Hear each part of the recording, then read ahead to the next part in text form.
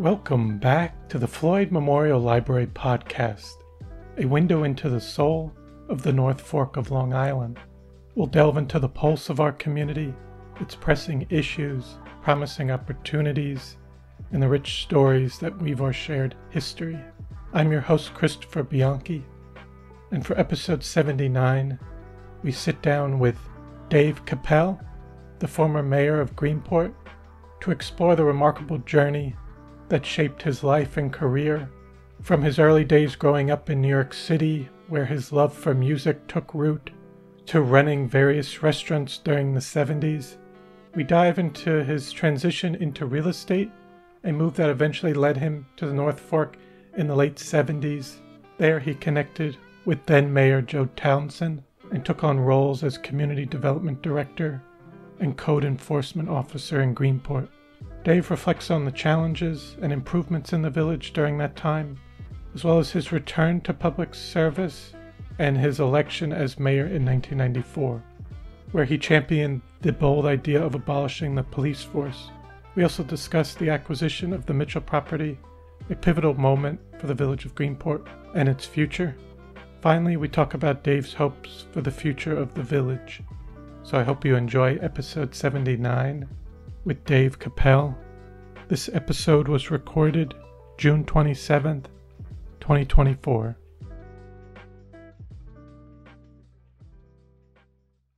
Thank you so much for coming on to the Floyd Memorial Library podcast today. I'm looking forward to talking with you. Glad to be here, Chris. Thanks for inviting me. No problem. I think this is an important project to record some of the history of the village. Thank you. Yeah. So to start off, could you give us a little introduction about yourself, where you were born and raised? So I was born in Los Angeles, California, and then when I was 2, my family moved to New York City, where I grew up. Mm-hmm. And in terms of your ancestry, how far back can you trace, whether on your father's or mother's side? Well, on my father's side, we don't know much about his father, or his father. We know about his father, but not his father's background so much. Mm-hmm. He was Russian. My grandmother on my father's side was Polish, and she lived in a big family, Hasidic Jewish family in Warsaw. Her father was a rabbi, mm-hmm. and she came over with her siblings after the First World War, and met my grandfather on the ship that they came over on. Oh, really? Yeah, he was a merchant seaman. And did they come in through Ellis Island? Yeah. And did they initially make their way out to California, or were they? No. My grandparents never lived in California. They were New York based. Okay. Yeah, my father was a concert pianist, and an important concert pianist actually. And at the time I was born, he decided to take lessons from Rachmaninoff, who lived in California at the time. So we moved out to California so he could study with Rachmaninoff, and we stayed there for 2 years. Mm. On my mother's side, my mother's parents were settlers on the West Coast in Oregon and Washington State. Early in the history of the West Coast, mm-hmm. my grandfather grew up in a thatched roof hut on a farm in Alberta, Canada.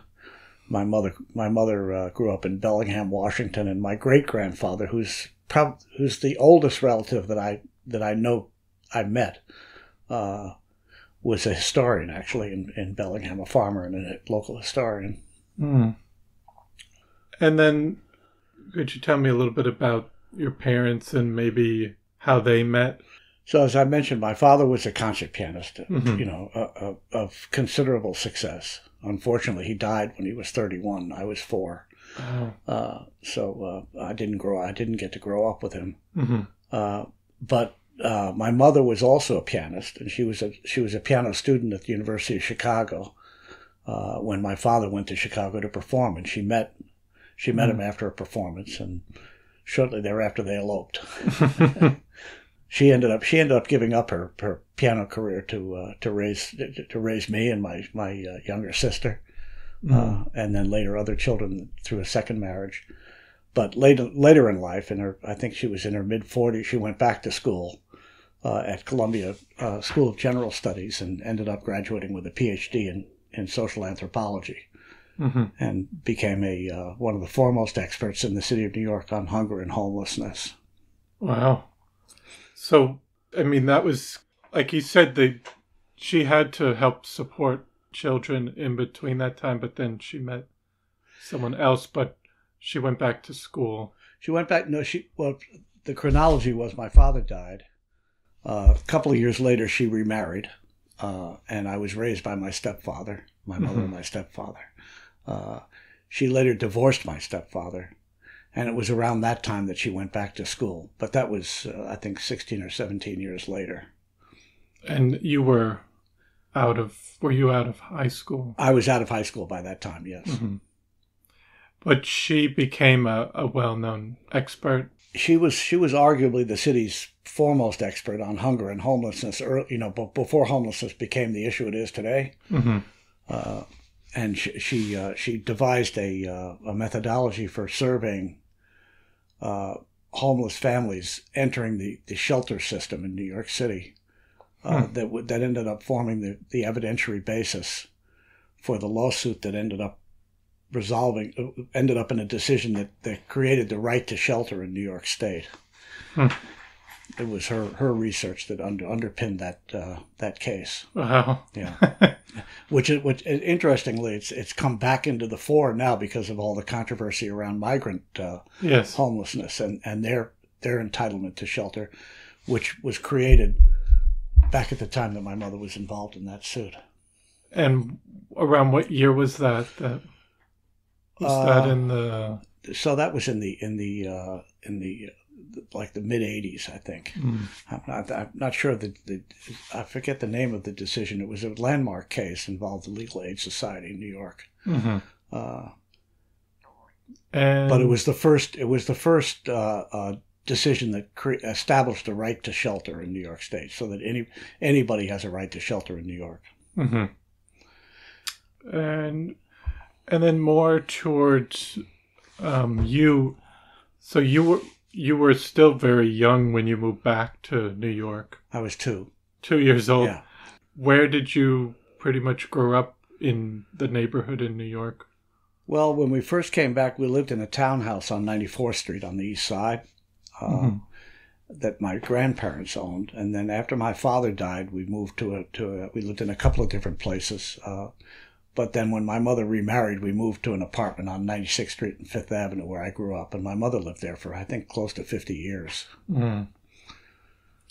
And how was it growing up in that neighborhood? Even as a child, what activities would you do in the neighborhood? Or Well, it was terrific. We were right across the street from Central Park, so I had access to the park. I just spent a lot of time riding a bike and roller skating back in the days when you clipped the roller skates on your shoes.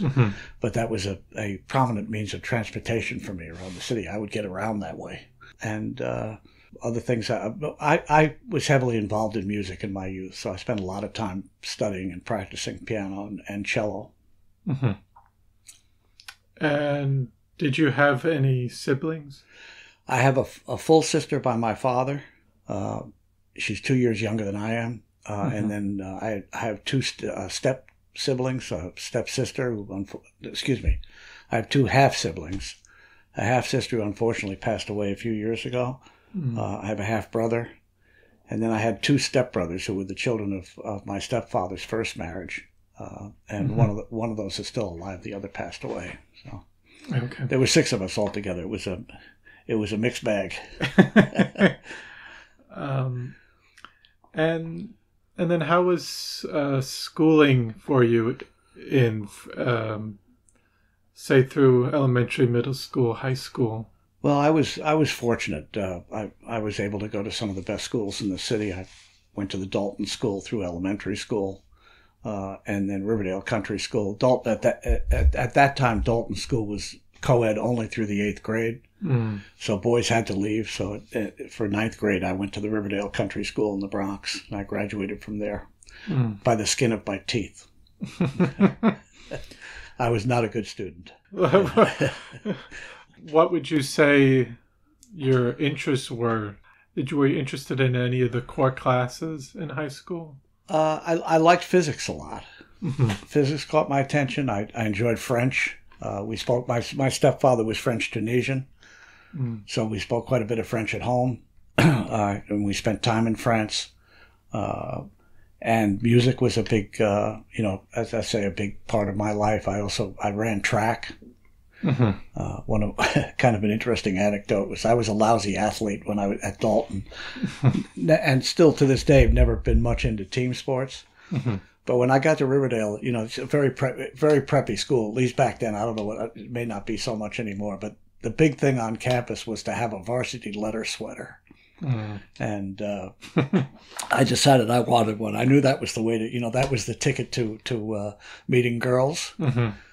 So I wanted a letter sweater, but I'd never imagined that I could earn a letter myself as an athlete. But you could get a letter if you managed one of the teams. Mm. But the team manager positions were also highly competitive, except for cross country. Mm-hmm. And cross country, I ended up getting the manager's job for the cross country team. But to my horror, they actually made me work out. Mm-hmm. And ironically, by the end of the season, I earned my letter as an athlete and ran track 3 seasons for 4 years. Nice. Yeah, so track was a big part of my life also in high school. Mm-hmm. And so did you kind of know what you wanted to do coming out of high school? Or? No clue. No clue. No clue. Because you said you weren't the best student through that time. That's an understatement. I mean, I passed, and luckily, thankfully, I went to really good school, so some important stuff rubbed off in spite of myself. Mm. Were you interested in other things going on at the time in the city, or just like that you were focused more on that than say school? Candidly, it was a difficult period in my life, my childhood. I ended up with a drug addiction, which thankfully I was able to overcome. Mm-hmm. And so, my life was upside down, really, from the time I graduated high school until several years later when I met my wife. Mm-hmm. So to say I was focused would be, would not be an accurate statement. But I did manage to develop some work as a musician, as a rock and roll musician. I sold my cello at one point. Well, here's another story. Sure. I was a student at NY. I made 2 failed attempts at college. Mm-hmm. The first was at Grinnell College, which is a small liberal arts college in Iowa. Where I was accepted mostly because they needed a cellist in the orchestra. Mm-hmm. So that allowed me to get into a school that I otherwise probably wouldn't have qualified for. I lasted until Thanksgiving and realized that I just wasn't, it wasn't for me. I wasn't cut out for it. So I took it. I got a sabbatical. I got a leave of absence from the school, and I came home. And I went to work for the father of a friend of mine who was in the automobile business and I got work selling cars, and I did pretty well at it.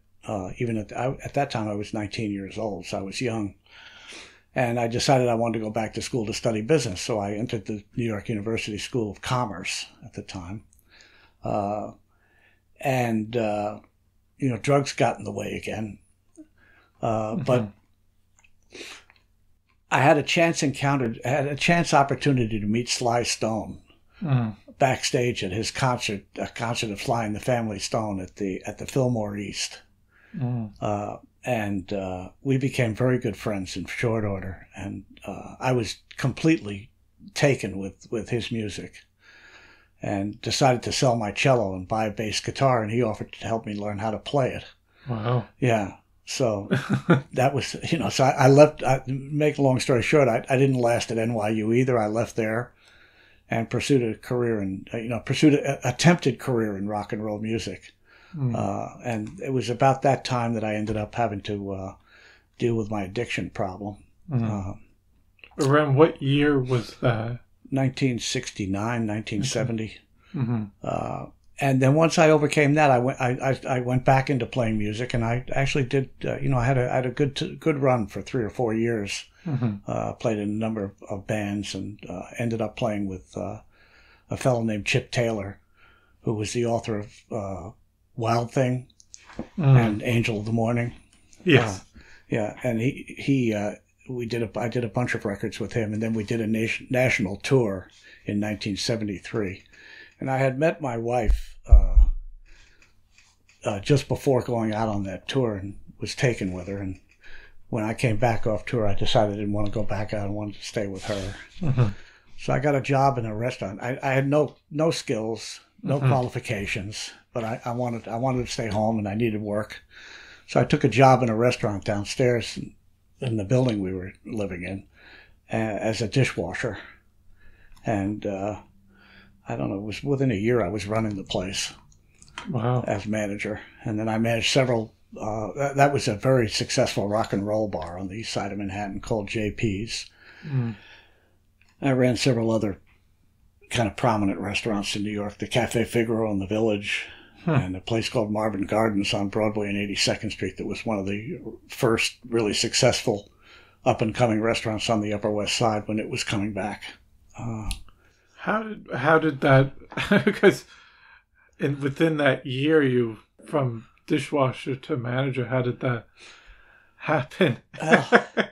JP's was a place that was, the guy who owned it was a wonderful person and a very, an important person in my life, but he was very gifted, in terms of his personal presence, and everybody loved him. So he attracted people, but he had no clue really how to run a business. Mm-hmm. And the place when he opened it was in rough shape. So I actually had a dual position. I'd come in the morning with a toolbox and work as a handyman, basically. Mm-hmm. I think I got paid $20 a shift. And then my big opportunity came when there was an opening in the kitchen, so I could double up and work at night as a dishwasher for $25 a shift. So I was making $45 a day working 16 hours. Wow. Between the two positions. And I personally shaped that place up physically. And but at one point, the kitchen in that restaurant was smaller than this room, just to give you a sense of the size. Yeah, and kitchens are hot. And it was me and the chef, and we didn't get along at one point, and she threw me out. So all of a sudden, I'm out of work, and 2 or 3 days later, the owner, JP, came to me and said, "Look, would you like to come back? I need a manager." And that's how I ended up the manager. Wow. I was in the right place at the right time. I wanted to work. Mm-hmm. I was hungry. Mm-hmm. And he liked me. Yeah. He trusted me. Mm-hmm. And through this time in New York City, so that it was more through the 70s, would you say, that you were working? So I ran JP's from 1973 until 1976. Mm-hmm. And then moved on. And that was, as you may know, that was during a very difficult time for the city. That the Ford to New York drop dead headline in the Daily News. The city was really suffering. And then you said the JP's was on the east side. It was between 76th and 77th Street on First Avenue. Oh, okay. Yeah, it was right next door to Catch a Rising Star, which was the breeding grounds for comedians at the time. Many of the great comedians of today got their breaks in Catch a Rising Star. So Catch a Rising Star was here, JP's was there. We were rock and roll, and they were comedy, and both hot spots. And would you say at that time, you said that it was a difficult time for the city, but did you still enjoy that time in the city? And was it? I loved it. It was. I found a focus. First of all, I discovered that I love to work. I like to work hard, and in the restaurant business, there's no shortage of hard work to be done. So it kept me busy and allowed me to develop my relationship with my wife. We ended up having a child in the city. It was success, which I hadn't really had earlier in life. Mm-hmm. Yeah. And I went on from there to, as I mentioned, to the Cafe Figaro, which is a landmark cafe on Bleecker and McDougal in the West Village. That's not there anymore? No, it's not. No, it's had a couple of iterations. The original Cafe Figaro closed when the West Village went downhill. This is in the late 60s, early 70s. Mm-hmm. And the fellow that I went to work for was a real estate investor in the West Village who bought the building that housed the original Figaro, mm-hmm. which had closed and become a blimpie base sandwich shop, submarine mm-hmm. shop. And then there'd been a fire in the building. He bought the burned out building. Yeah. And when he was renovating, he said, "Hey, he couldn't find a tenant for the first floor." He said, "Maybe I'll put the Figaro back in." Mm. And that's what he did. And he had this wild success overnight. Mm-hmm. And he had never run a restaurant, so he had no idea what to do. And he was in over his head. And that's why I got hired at that point to run it long enough for him to sell it. So I was only there for about a year. Okay. Yeah. But I developed a very good relationship with him. And we ended up investigating some real estate opportunities. I should mention that while all this was going on, I was renovating the cold water rent controlled tenement flat that I lived in on 78th Street and First Avenue. And I got a taste for restoration and real estate. And it gained an interest in real estate. And after we sold the Cafe Figaro, the owner Benny Fishbein and I set about looking for some real estate opportunities to undertake together, and that bated my breath for real estate. Mm-hmm. There's more to that story, but we'll save that for another episode. And then, so I guess it might be a jump, but how did because you were still working in your time in New York City, but how did the opportunity come about for you to come out to the North Fork? Had you visited the South Fork or the North Fork? Well, I should say that in addition to living on 96th and 5th, we spent all of our summers and vacations on Georgia Capon in East Hampton. My family had a really wonderful place over there. I think Jay-Z and Beyonce live next door now to where I grew up as a kid, just to give you a sense of the location. Yeah. So I love the East End. And mm-hmm. I loved swimming in the surf, body surfing, fishing, mm-hmm. And boating. I had never spent any time on the North Fork. A couple of small trips over, but really no real exposure to it. Mm-hmm. But after I left the Cafe Figaro in the Village, I took some time off because my Eileen became pregnant at that point. We had our first child, and then I needed to go back to work. So mm-hmm. I did a short stint as a cab driver. While I was looking for other restaurant work. And then an opportunity came up to run this place, Marvin Gardens, on the west side of Manhattan on Broadway. And it so happened that the day bartender at Marvin Gardens was a sailing enthusiast. And I'd gotten into my head that maybe Eileen and I should buy a sailboat, modest-sized sailboat somewhere, big enough to sleep on, and park it in a marina and use it as a summer home. Mm-hmm. So this fellow, the bartender, offered to take me up to a boat show in Norwalk, Connecticut. And so on a Saturday, we're driving up the Bruckner Expressway towards Norwalk, and we go by the City Island sign. And he gets started on City Island, and his friends, the Ratzies, who were sailmakers on City Island, very prominent sailmakers on City Island. Mm-hmm. And the daughter, Jane Ratzie, who was his friend, who, with her husband, had bought a house in Greenport. I forget what the price was. It was, something around $15,000 or $16,000, mm-hmm. and put some sweat equity into it, and turned around and resold it, and bought a Victorian a block from the water. Meanwhile, we're going out to look at boats that were $20,000 and $25,000. So the next week, I was in Greenport, and I fell in love with it immediately. I mean, it was in very serious disrepair at the time. And what year was that? 1978. 1978. Yeah, the Village was severely depressed mm-hmm. in 1978, but it was just as beautiful then as it is now. It was in sorry shape, but beautiful, mm-hmm. and loaded with all these interesting people that had survived the tough times that the Village went through, mm-hmm. and I loved it immediately. I could afford it. We could afford it. Mm-hmm.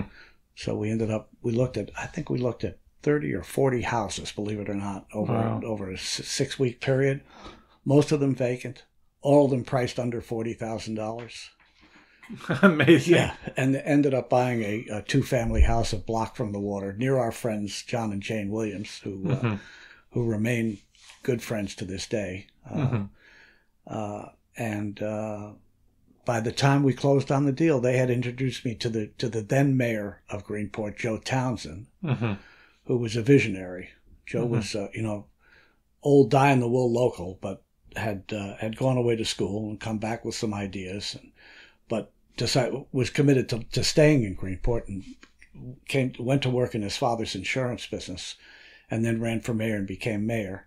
We became friendly because of the introduction by John and Jane Williams, and one thing led to the next. We became very friendly, and there was an opening in village government for community development director, which is the job that Dave Kapell later had. Yeah. Right. Yeah. But they couldn't get anybody to take the job. There was a very limited amount of money available to pay somebody. The village had no. It was a grant-funded project. The village had no local monies to pay somebody to do that work. So the deal was there was enough salary they could pay me for 6 months at a salary that was about, I don't know, maybe 20 or 25% of what I was earning in New York. And then if I wanted to stay employed, I had to go out and find another grant. So those were the conditions of my getting the job, which I got and I took. And it was on the strength of that we picked up and left everything in New York and moved to Greenport with our then 1-year-old child. At that point, you were like, let's move fully out here and settle. And then you obviously you had the job working there. And how long were you working as the community? My title was Community Development Supervisor / Code Enforcement Officer. Because at the time, the code enforcement was a major issue in Greenport because the slum conditions here were unbelievable. I mean, people that are coming to the village today have no clue.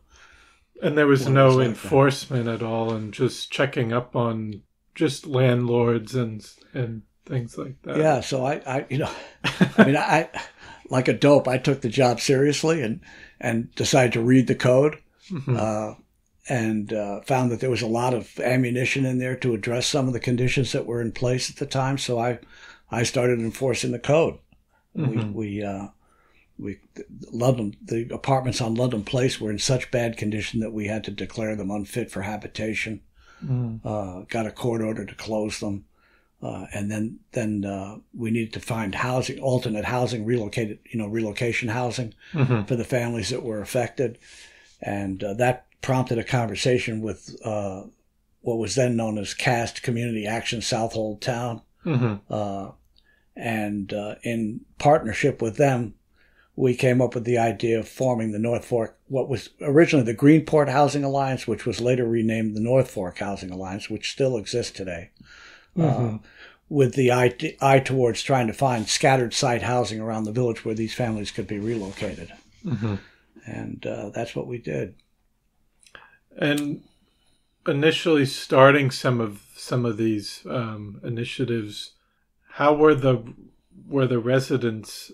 I mean, obviously it had, like you said, been a more depressed town. And did you feel that Joe Townsend was trying to move it in the right direction with improving things, but still obviously having residents that might have been there a while, were they like, oh, is there a lot of change starting to happen? Or, well, Chris, the village was in bad shape, you know, and nobody needed to be educated on that front. Everybody knew that they saw right. That. I mean, it was what it was. Yeah, and it was and remains even today a very interesting, diverse place. And I had a lot of support, a surprising amount of support actually. Given the kind of change that I was promoting.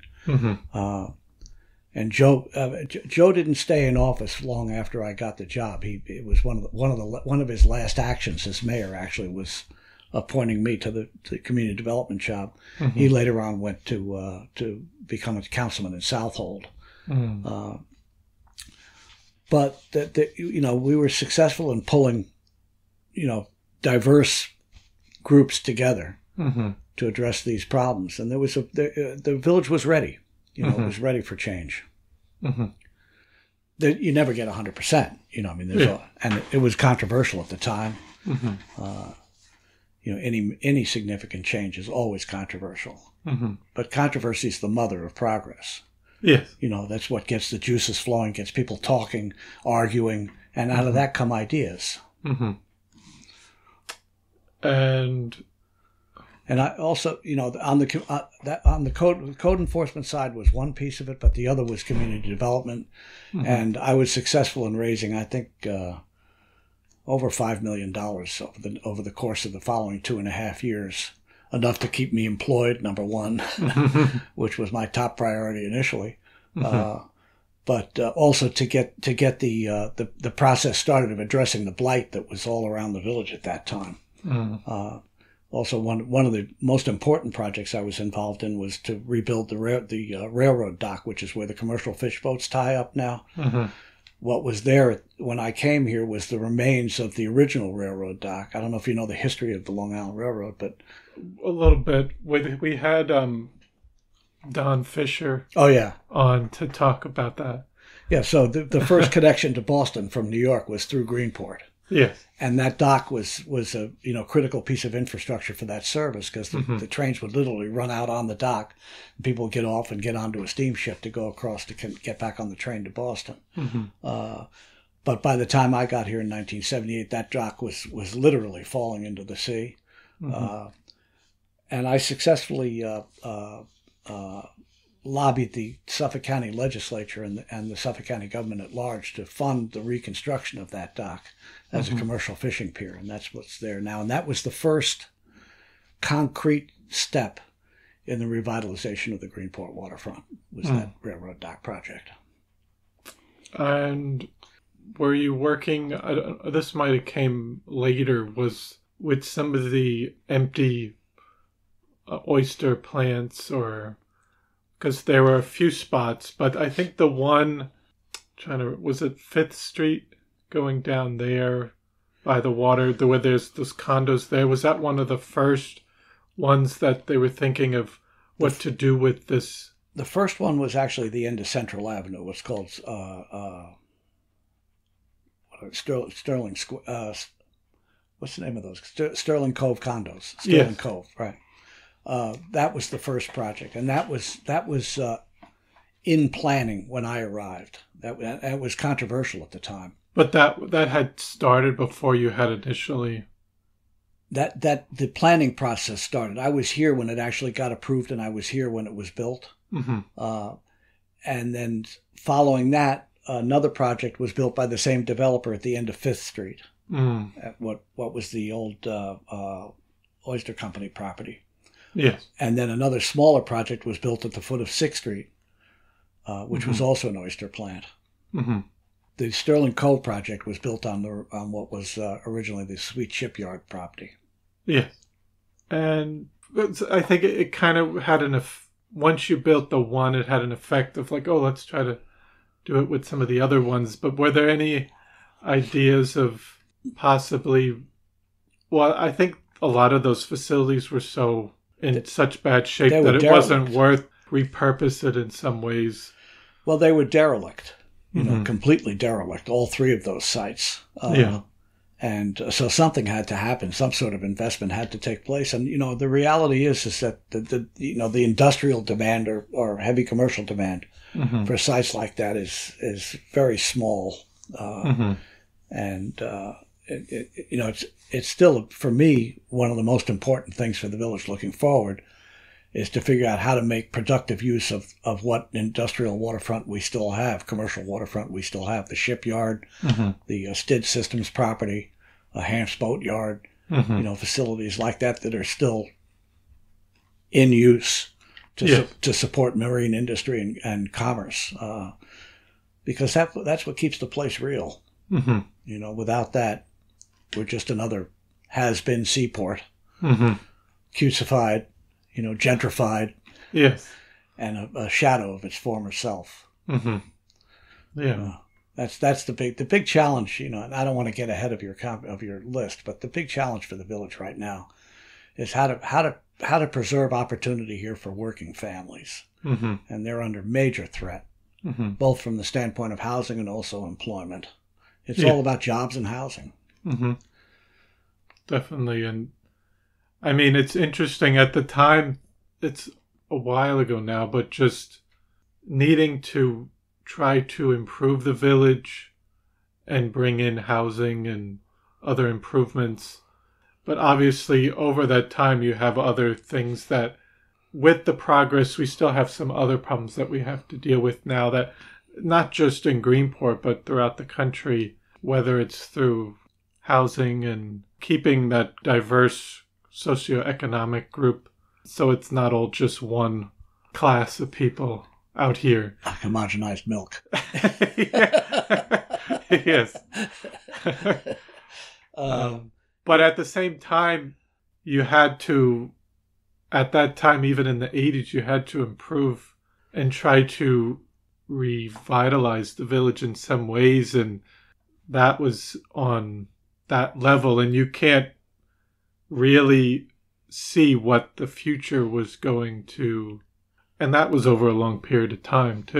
You also only have so much control, in terms of municipal authority. There's only so much influence you can have over the process. At the end of the day, what controls the future of a place like Greenport is its physical location and its attributes, geographic attributes. Yeah. It was only a matter of time before Greenport ended up resurrecting itself. It was just a question of how and when. Yes. But getting back to the question of housing, and I have a somewhat radical theory about the situation we find ourselves in, is that we're doing it to ourselves with zoning. Zoning is basically a tool of exclusion. By its very nature, a zoning ordinance is a set of uses that are permitted, and everything else is excluded. So you get to decide what you want in your community and what you don't want in your community, and you design your zoning ordinance to do that. And unfortunately, that ends up usually benefiting people with greater economic means and against people with lesser economic means. And the irony for me is that Greenport, everybody wants to protect what we've got. It was all built without the benefit of any regulation whatsoever. There was no zoning. There were no building codes when Front Street was developed or Main Street was developed. This was all just the natural order.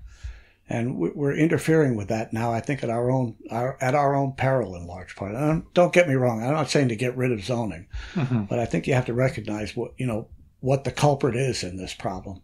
And it's how we regulate ourselves and who we choose to exclude. But before, because you were eventually going to become mayor of Greenport, but what were some of the other challenges you faced while you were still working as a community development director? Community development director. Yeah. Well, for me, it was mostly economic. How to bring money into the village. The village was in desperate need of investment, and the community development grants that we got were the first, albeit public investment. It was the first significant investment that Greenport had seen since the Second World War, when the activity around the shipyards peaked. And so it was, bringing money into the village was the key challenge. And because of the economics and demographics of the area, were you able to get more funding from, say, the state or federal? Absolutely. What you would perceive as our weakness was our strength in terms of our competitive position with respect to outside funding, and we played that like a fiddle, to raise money.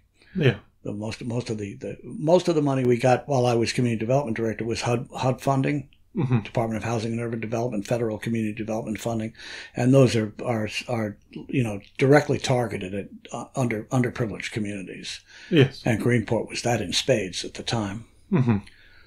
I stayed in that job, by the way, for 2.5 years. I came to Greenport really to invest and to, as I mentioned, to get involved in restoration and some real estate investment. And that's really what I wanted to do. So after 2.5 years, I left the village job and I hung out my shingle as a real estate broker and started my business, which I continue to operate today. A couple of years later, I'd gotten a taste for the public debate. Yes. Yeah, and I missed it. So a couple of years later, I decided to throw my hat in the ring for trustee. I ran for trustee and managed to get elected, which, when you think about it, was pretty radical for the village, because I was, here I am, kind of a brash outsider. Was that a challenge in the beginning, just people saying, oh, you're not a local? And I'm sure there's some of that, but I never really felt that, Okay. That was the kind of the really interesting thing about my experience, was I had a lot of support, always did. Throughout my whole time as a public official in the village. I enjoyed broad support, which is, a credit to the village psyche, if you will, and it was particularly important at that time because the village needed outside thinking and outside influence, and more than anything, it needed outside investment. There just wasn't enough money circulating in the Greenport economy to sustain itself. And the rest of a lot of the storefronts were empty. I'd say half the stores were vacant when I came to Greenport. And a lot of the families. But we had 2 supermarkets. We had 2 hardware stores. We had 2 dry cleaners. We had still only 1 pharmacy. But in spite of the depressed conditions, it had the fundamental infrastructure Yes. of a traditional downtown. Still does, thank God. Although it's morphed a lot. What was it? Was it IGA and A&P? A&P. Yeah, the IGA is now where the A&P was at that time. Okay. Yeah.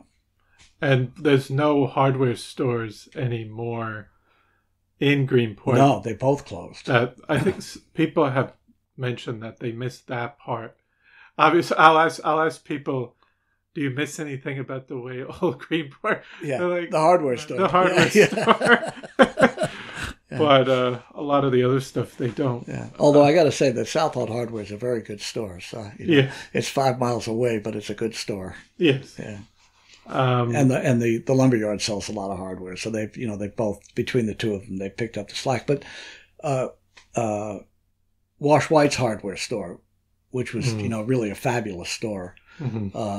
Their bread and butter was the shipyard and the commercial fishing industry. I mean, we had an active fishing industry here at that time. We had an operating ice plant, and a bunch of large offshore draggers that were patronizing the village on a regular basis, and they all did business at the shipyard, at the hardware store, at the supermarkets. I remember that you used to see ship crews walking down the street with supermarket carts loaded to the brim to restock the boats before they'd go back out to sea. Yeah, but bar fights at the Whiskey Wind. That was a common occurrence. Yeah. Before it wasn't the Whiskey Wind, then it was Myers at that time. Yeah. And people said that there were a lot of bars at that time. There have always been a lot of bars. Yeah. I mean, and there would be, which would be more common in a seaport or fishing town, there altercations and things that might happen late at night in the village. Yeah, probably a lot of that's romanticized, I think. But maybe going back to like the 1920s or 30s. Look, Greenport has always been what's the right word? I don't want to say rough and tumble, but it's a real place. And they said it was kind of like a little Wild West back in the day. Yeah, it was the Dodge City of the East, Yeah.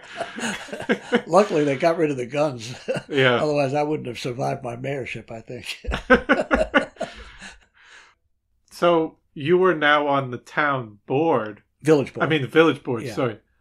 And was the mayor at the time, was it Bill Pell? No, the mayor at the time was George Hubbard. George Hubbard. George Hubbard's, the current Senior. George Hubbard's father. Oh, okay. Yeah. And how was that experience working on that board? George and I fought like cats and dogs. Really? While I was a trustee. Yeah, I got involved in a major controversy around a proposal to relocate. I'm not going to name names, but to relocate an existing business onto a piece of village-owned property in Moores Woods, which it turns out was dedicated parkland. We discovered that in the process of opposing it, but it became a huge brouhaha and kind of dominated my 4 years on the village board. Successfully, I must add. That we were able to stop that project, and after hiring it, we formed an opposition group, passed a hat, collected a little money, hired an attorney, and the attorney went in and searched the village record, and lo and behold, the village board in 1929 had declared that property a public park. And you can't sell parkland in New York State without an act of the state legislature. So that was the end of that project. But it was a very nasty controversy. And just were there even on other issues just difference of opinions on how the village was moving forward? Yes. More style, I think, than substance. There wasn't really, at that point, there still wasn't a lot going on in terms of investment, so there wasn't a lot to fight about. Yeah. And I have to say that later on, George and I became very close. He ended up being my deputy mayor when I became mayor, and he was a very important ally for me and somebody I liked a lot in the end. But that's how relationships evolve over time. And so that was 4 years as a village trustee. And then my family was growing in the meantime. We had a second child, and I needed to make more money. It was dominating a lot of my time, so I chose not to run for re-election at the end of the 4 years, and I left the village board. And went back to my real estate. I mean, I never left my real estate business. I just devoted my full time to it. What was that? Was it a challenge, even say into the 80s, in terms of your real estate business and getting people to come out here or invest in opportunities with your business? I was the first. I think I was the first broker on the North Fork, or certainly in Greenport, to advertise regularly in the New York Times. At that time, small classified ads, and I used that to major advantage to attract people out. People used to come out on the bus, on the train. I sold a lot of houses to people that had never set foot in Greenport before. But was it a challenge getting them to buy houses earlier on? Because it was still, when people were they could have, maybe it was more affordable, say, instead of looking on the South Fork, or even, I don't know at the time, looking in Cutchogue or Mattatuck, but getting people further out and saying, this is a good opportunity. Was about, look, those little classified ads, they're like 3 lines. So you got an opportunity to put in, a certain amount of text, and then at the end, a price. And the challenge is to make the price look good relative to the description in the text. There were no photographs. We didn't use photographs back then. It was all text. Yeah. And the reality was, Greenport was cheap. That's what drew me here. And it drew a lot of people here. Still, well, it's not so cheap anymore, but... And I think a lot of artists from New York City that I've talked to have come out here and even come into the 80s and 90s. And then I think there was people have talked about a second wave even post September 11th, and now even post-COVID. COVID, right. So there's all these different, there's always been kind of waves coming out. Yeah, well, it's been a steady uphill climb, for the last, 10, 12 years, I guess. But before that, there were a lot of ups and downs. It was not a smooth process. After World War II, it was... Well, I mean, even during the time that I've been here, from 1979, okay. I've seen boom. I've seen the periods of optimism, and obviously the national economy has a big influence on this. But when I ran for mayor, for example, in 1994. It was because the village had become, overrun with criminal activity. We had a corrupt police force that was scandal plagued, and bankrupting the village at the time. I ran for mayor because it had become almost impossible to sell a house here, between the tax burden that was a direct result of the direct product of the police burden on the village budget, and the lack of perceived safety, perceived more than anything, frankly. I mean, most of the activity was around drugs, which usually affects, a small subset of the population. But there was a perception that Greenport was not a safe place to be after dark. What did you feel that personally? I never felt it. Okay. I grew up on 96th Street in Manhattan. Yeah. People talk about a parking problem in Greenport. They have no clue. Yeah. I've seen what it's like to live on a marginal street. 96th Street was at that time was in the 70s. It was the dividing line between Harlem and the Upper East Side. And Harlem was rough then. Even 97, a block away from where I grew up, could be troubled. So that never bothered me. But you feel it bothers a lot of people, and a lot of it is race related. It's the other thing. Greenport has always had a large minority community. At the time, it was mostly African American. Now it's a mix of African American and Latino. But a lot of people are intimidated by that. I mean, that's just reality. And were they mostly, the African American community was mostly on 3rd Street at that time, or varied? Well, 3rd Street was a particularly African American neighborhood, but also Ludlam Place, over by where the condos are now. Greenport's always been integrated. The whole village has always been integrated. Yeah. Because of its being so small, it's not, you can't get that, what would have been called more the segregation in some of the bigger cities where certain neighborhoods were somewhat divided, but Greenport was a smaller village that... Well, Greenport was the segregated neighborhood within South Old Town. I mean, let's to talk turkey for a minute. Almost all the minorities in South Old Town at that time were in Greenport. Yeah. Greenport was the where they decided. Well, it was a function of a lot. History has a lot to do with it. There's always been diversity in Greenport. Has 7 houses of worship, 1 square mile. So there's always been social and cultural and racial diversity in the village, dating back to the 19th century. Black people came up to work on the whaleboats, and then later in farming, migrant farming. But the housing. What happened after the Second World War, when the shipyards closed, a lot of the young people left to find work. I mean, there was no work here. So there was a lot of vacant housing, and that vacant housing ended up serving a need at the county level for housing for social service recipients. And that compounded the impaction that affected Greenport at the time. Yeah. But for Southold always, I mean, I don't want to start any fires here, but Greenport's always been a convenient solution to the poverty problem in South Old Town, historically.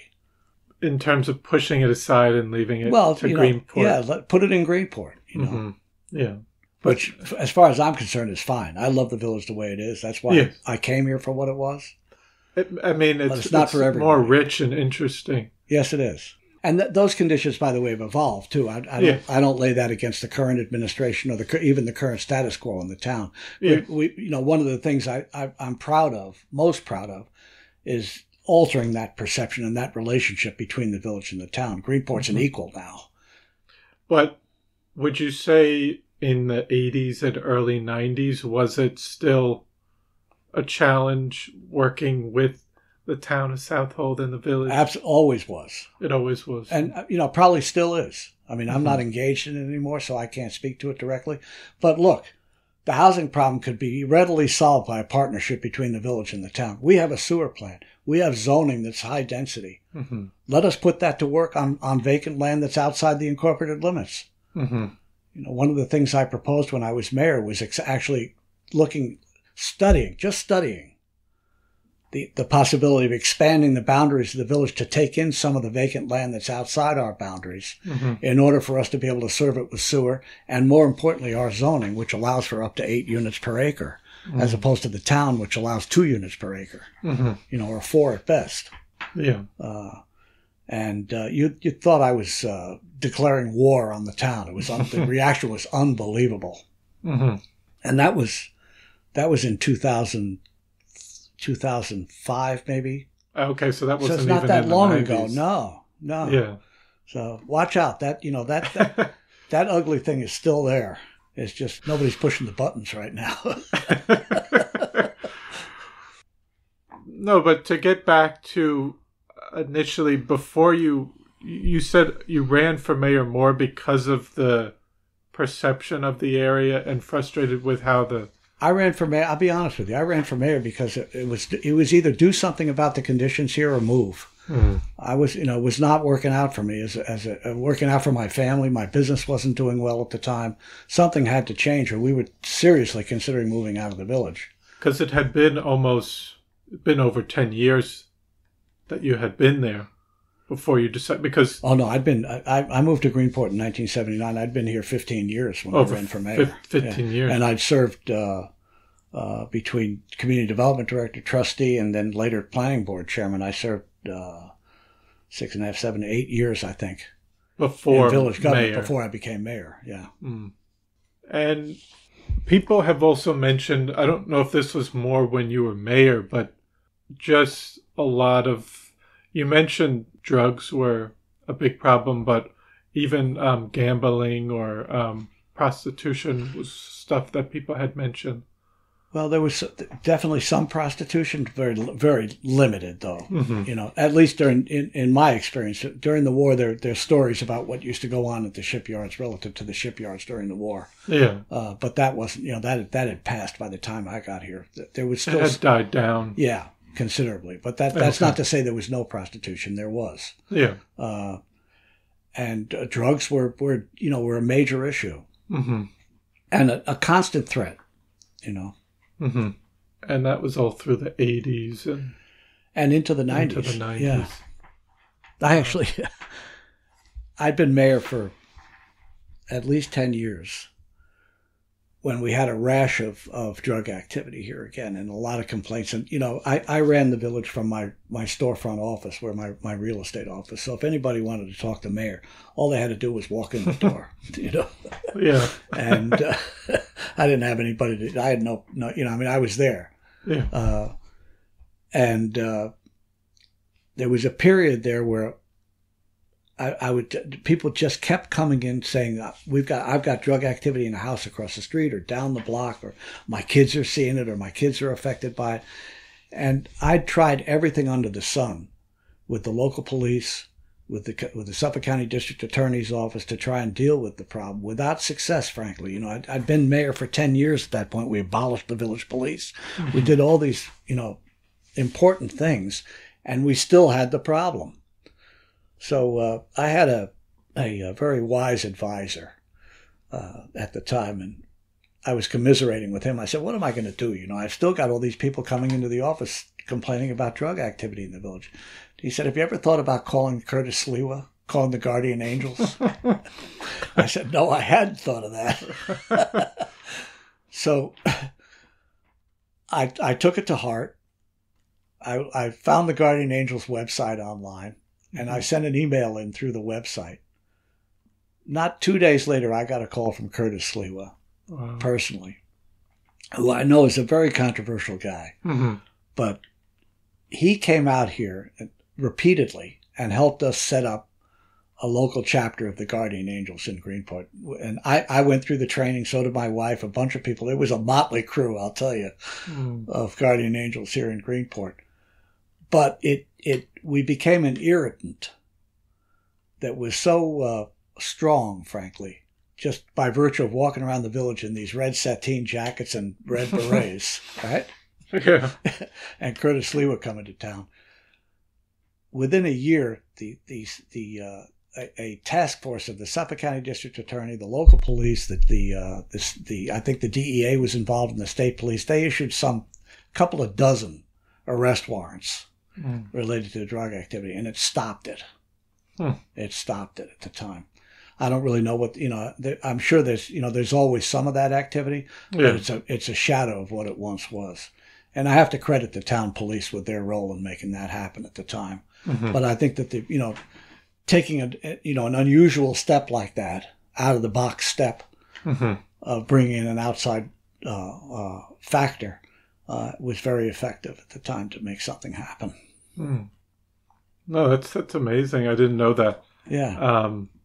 But when you said the drug activity, what was being used and circulated? Well, Curtis, it's interesting. Curtis, who's very knowledgeable on this subject, his analysis was that it wasn't so much that our people were buying the drugs.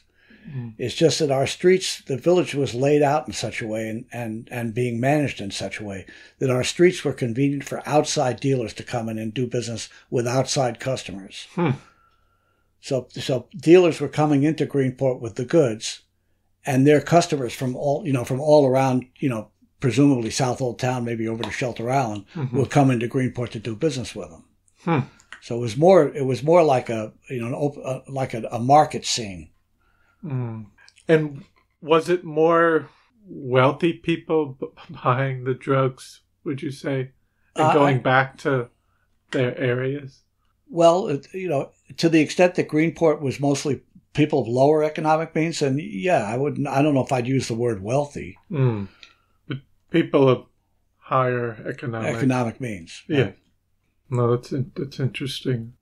Now, when you ran for mayor, who were you running against? So I ran for mayor. I ran for the last year of the unexpired term of the prior mayor, who was Bill Pell. Bill Pell, unfortunately, got caught up in the police controversy, the police scandal, and decided to resign early ahead of the end of his term. And that resulted in one of the village trustees being named by the village board as acting mayor until the next election could be held. Okay. I ran against the fellow that had been named acting mayor, and I defeated him, and that's how I got elected. Okay. And I 1994. 1994, and I ran specifically on a platform of abolishing the village police department. Wow. That's interesting. Yeah. Nobody took me seriously. What were people saying at the time? They figured he's just saying that. He's never going to do it, And then I got into office and I started doing it, and that all hell broke loose, literally. It was a very, very rough year for me and my family. But I got reelected. Nobody ran against me at the end of a year. Because I think where some people you had to kind of explain that the police department wasn't working in the way it should have been working, and it was also a burden on the taxpayers. My reason for promoting it, frankly, was economic. The village the police department at that time was consuming close to 40% of the village budget, and it was only it's half a dozen members, a dozen members. Yeah. I think it was 11 full time and a couple of part timers. It was a very small department. And putting aside their performance for a minute, just the sheer economic fiscal burden on the village budget was such that the village couldn't consider any sort of progressive spending, future spending. How to improve. The streets were a wreck. The sidewalks were a wreck. The village hadn't invested in anything in the way of infrastructure for years. And people were still feeling not safe or well, then I add to that the fact that the department was in chaos, literally in chaos. And the subject of a grand jury, I don't know if you know, but the department was the subject of a major grand jury investigation. I didn't know that. Which had commenced before I ran for mayor. It was ongoing while I was running for mayor, and it culminated about 6 or 7 months after I was elected in a scathing report. They didn't indict anybody, but they issued a scathing report that was so colorful that it made the London Daily Mirror. Wow. No, it was wild. We made international news. And that ended up being the cudgel that drove people to the polls to vote to disband it in November of that year. Yeah. And we cut taxes 70%. Wow. 70%. The tax, I don't know what the exact tax rate is now. I think it's like maybe up to $24 per 100 of assessed valuation. Mm-hmm. When I took office, it was $32. So it's still, like a third less than it was in 1994. And that's because we were able to completely restructure the budget around the abolishment of the police department. We shifted that burden over to the town. And I think I've asked other people, were they still worried about how the town of Southold police would police the area over here? Would they, in terms of would crime rise with that? Well, there was definitely that was the big one of the big debates, and the police used that as hard as they could to try and defeat the proposal. Yeah. And in fact, after we disbanded the force, they did withdraw protection, and it resulted in a crime wave in the village. After the police were abolished, we ended up suing them in federal court. To ensure that they gave us the services that we require. Now, I say that it's been a hugely successful experiment. It was very difficult in the early stages, but I have nothing but praise for the Southold Town Police and the way they've managed to absorb the village over the long run. It's been very effective, and we saved a fortune. Yeah, it was one of those rare instances where you could do good by making good. Yes. No, I think looking at it in the long run, it was good. It seemed like, obviously you said that the year of trying to do it and the initial year after was just trying to deal with some of the conflicts and how this was going to work once we disbanded the police force. But looking now over, 20 years. What took us so long? No, that's really interesting. Now that was your main focus, but what other issues were you working on at that time? Well, that and there were a bunch of derelict, burned out buildings in the village. I promised to knock them down, which I did almost immediately after taking office. We declared them public nuisances and had them demolished. Mm-hmm. There was a lot of at that time there was a lot of concern about, quote, Section 8 housing, which is also, I think, underpinned by racial issues.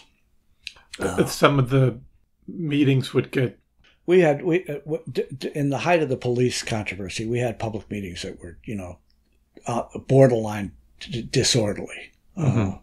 And I had to call in the state. I had state police help to maintain order here because the police were actively involved in the disruption. Some of the active police officers. It got. I mean, I don't want to rehash the whole thing, but it got ugly, and not only directed at the process, but directed at me personally. Mm. I had bricks thrown through my windows in my storefront, cans of paint thrown at my building, caravans of cars going by honking their horns and setting off firecrackers in front of my house late at night. Mm. I had young children. Yeah. I had a state police detail the last 2 weeks of the abolishment campaign before the vote. Undercover state police detail. I mean, wow. It was rough. No, I mean just thinking about that decision and seemed like it was really a challenge, and because you wanted to do what you felt was good for the village, and looking at just even separate from the financial part, it still wasn't. I feel like it wasn't things weren't being done to help the community in regards to. It was embarrassing, It was embarrassing, and it was a major impediment to bringing the village along. Improving the village. The perception of Greenport was terrible, and making it seem like it was corrupt and just things would and unsafe, expensive, run down, all the wrong things. Yeah. And the beauty of the abolishment was that vote, which was overwhelming, it was really a remarkable day. It was a special election It was a referendum, mandatory referendum. And this, by the way, is kind of an interesting twist. We made a decision as a village board, and I have to credit my one of my colleagues on the board, Jamie Mills, with this. When we were deciding how to proceed, you abolish a village police department by local law. So the village board has the entire authority to do it. But the state constitution sets out the process. The state municipal law sets out the process for adopting a local law, which includes a public hearing. And it includes a process called permissive referendum. And any action that's subject to permissive referendum gives the public the opportunity to challenge it by circulating a petition and forcing it to a mandatory referendum, which is actually a vote of the people. What's not well known is that the village board, or in the case of a town, the town board, has the authority to waive the permissive referendum provision and force it immediately to mandatory referendum. And Jamie Mills at the time said, hey, look, if we're going to do something as important as this, let it be a vote of the people that decides it. So we waived the mandate. We had the authority to do it ourselves. And the chances are that under permissive referendum, the likelihood is nobody would have bothered to circulate a petition and force it to a vote. But we did it on our own initiative to make sure that this was a decision that was made widely by the village. And in the end, it was a remarkable day. We had a huge registration drive ahead of the vote, and 85% of the registered voters in the village voted.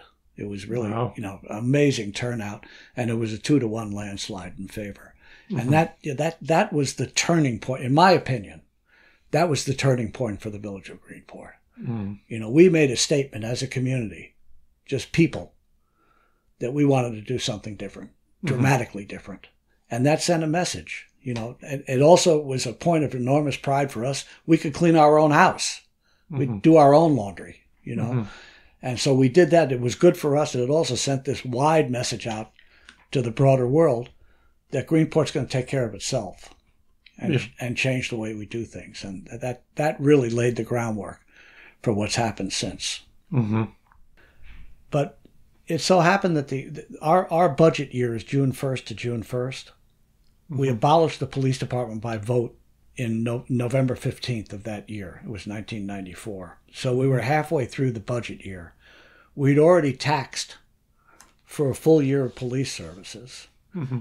And our department was abolished literally within a few days of the vote. So all of a sudden we found ourselves with a windfall. We'd budgeted roughly, let's call it $1 million to fund the police force for a year.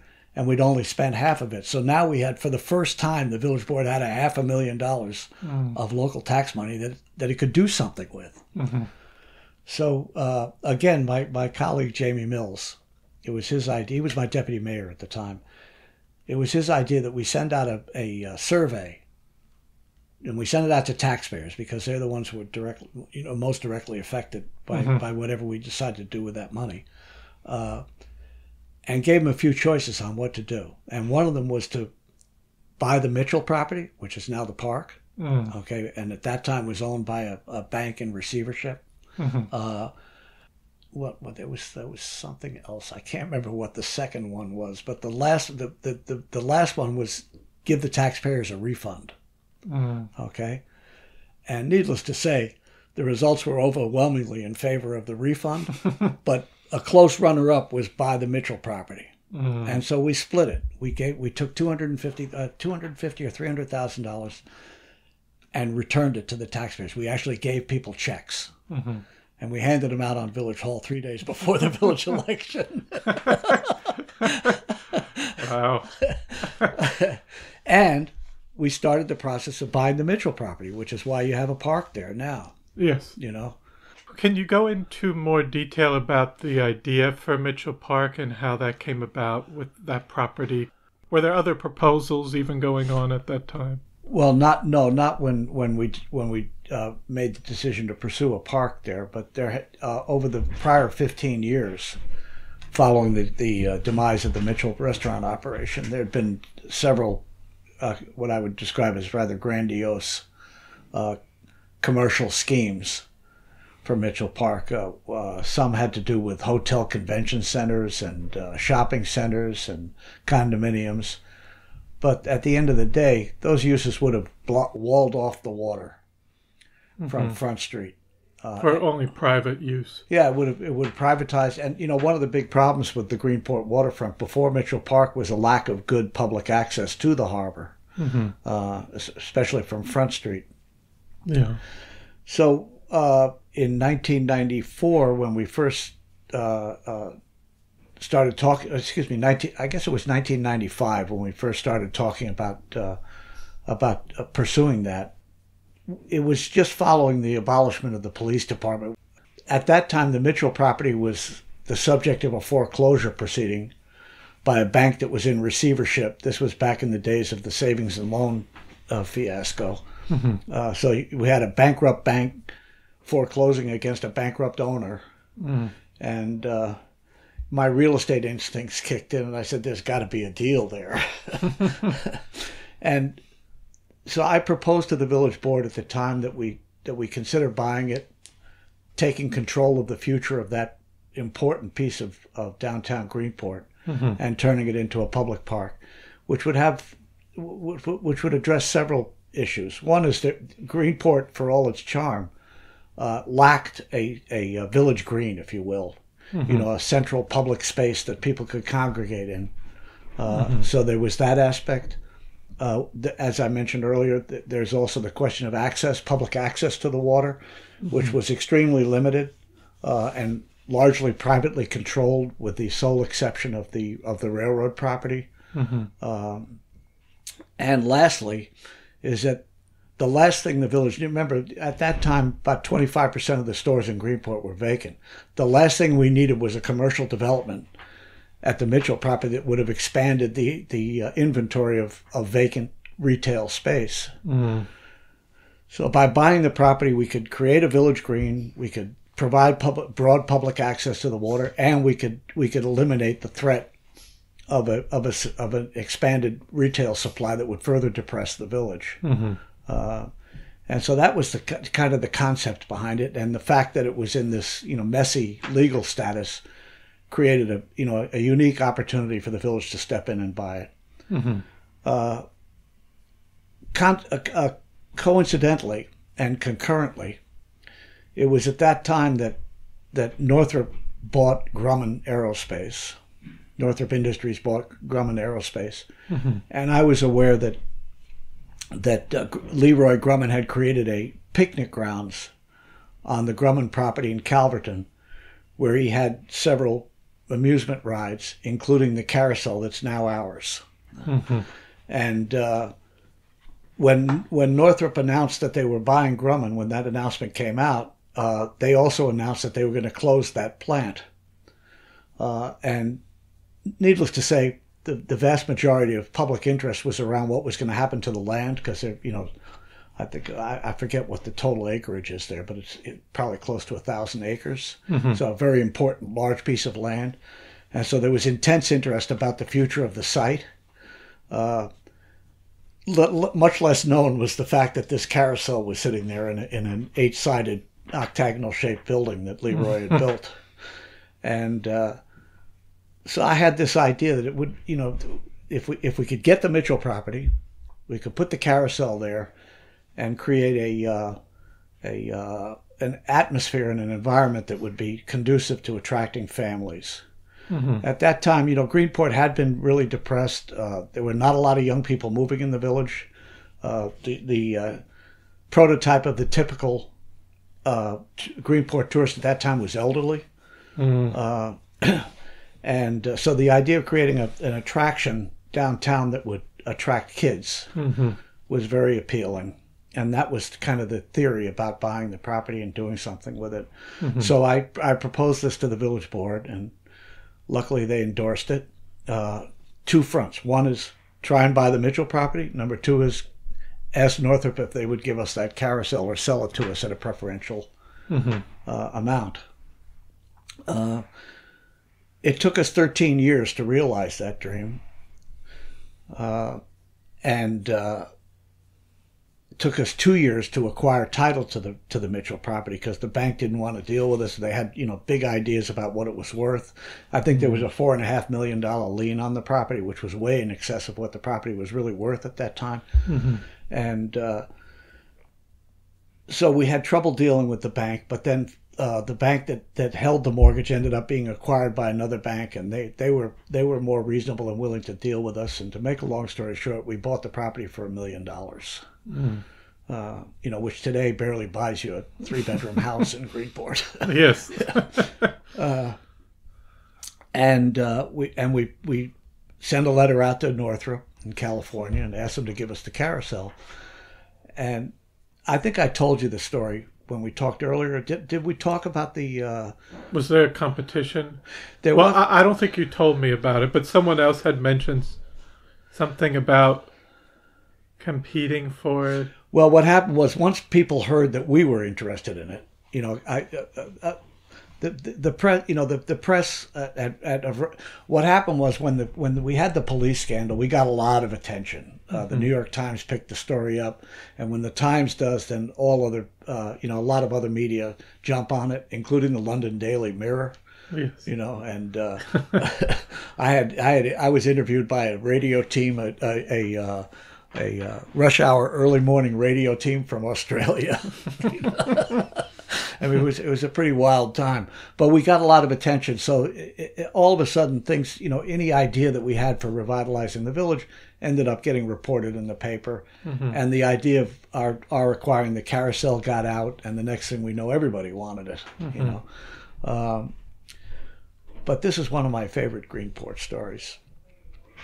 At that time, this was before the Business Improvement District was formed, and there was a small group called the Greenport Merchants Association, which was an ad hoc group of merchants that were that met once a month in a breakfast meeting, totally informal, to talk about what we could do to revitalize the village. And I used to attend those meetings regularly, and at one of the meetings, the idea of this idea of bringing the carousel into Greenport came up, and there were interesting people that attended those meetings. The chief of police would come, the superintendent of schools, members of the village board like myself, and merchants in general. So we had this conversation at one of those meetings, and then about a week later, I walk into my office, and sitting on my desk is a 3-ring binder, one of those big ones, that's like 3 or 4 inches big, filled with handwritten notes and drawings by the elementary school kids the elementary students in the Greenport school, appealing to Mr. Grumman, please give us the carousel. And I think there were 300 letters in there, in that binder.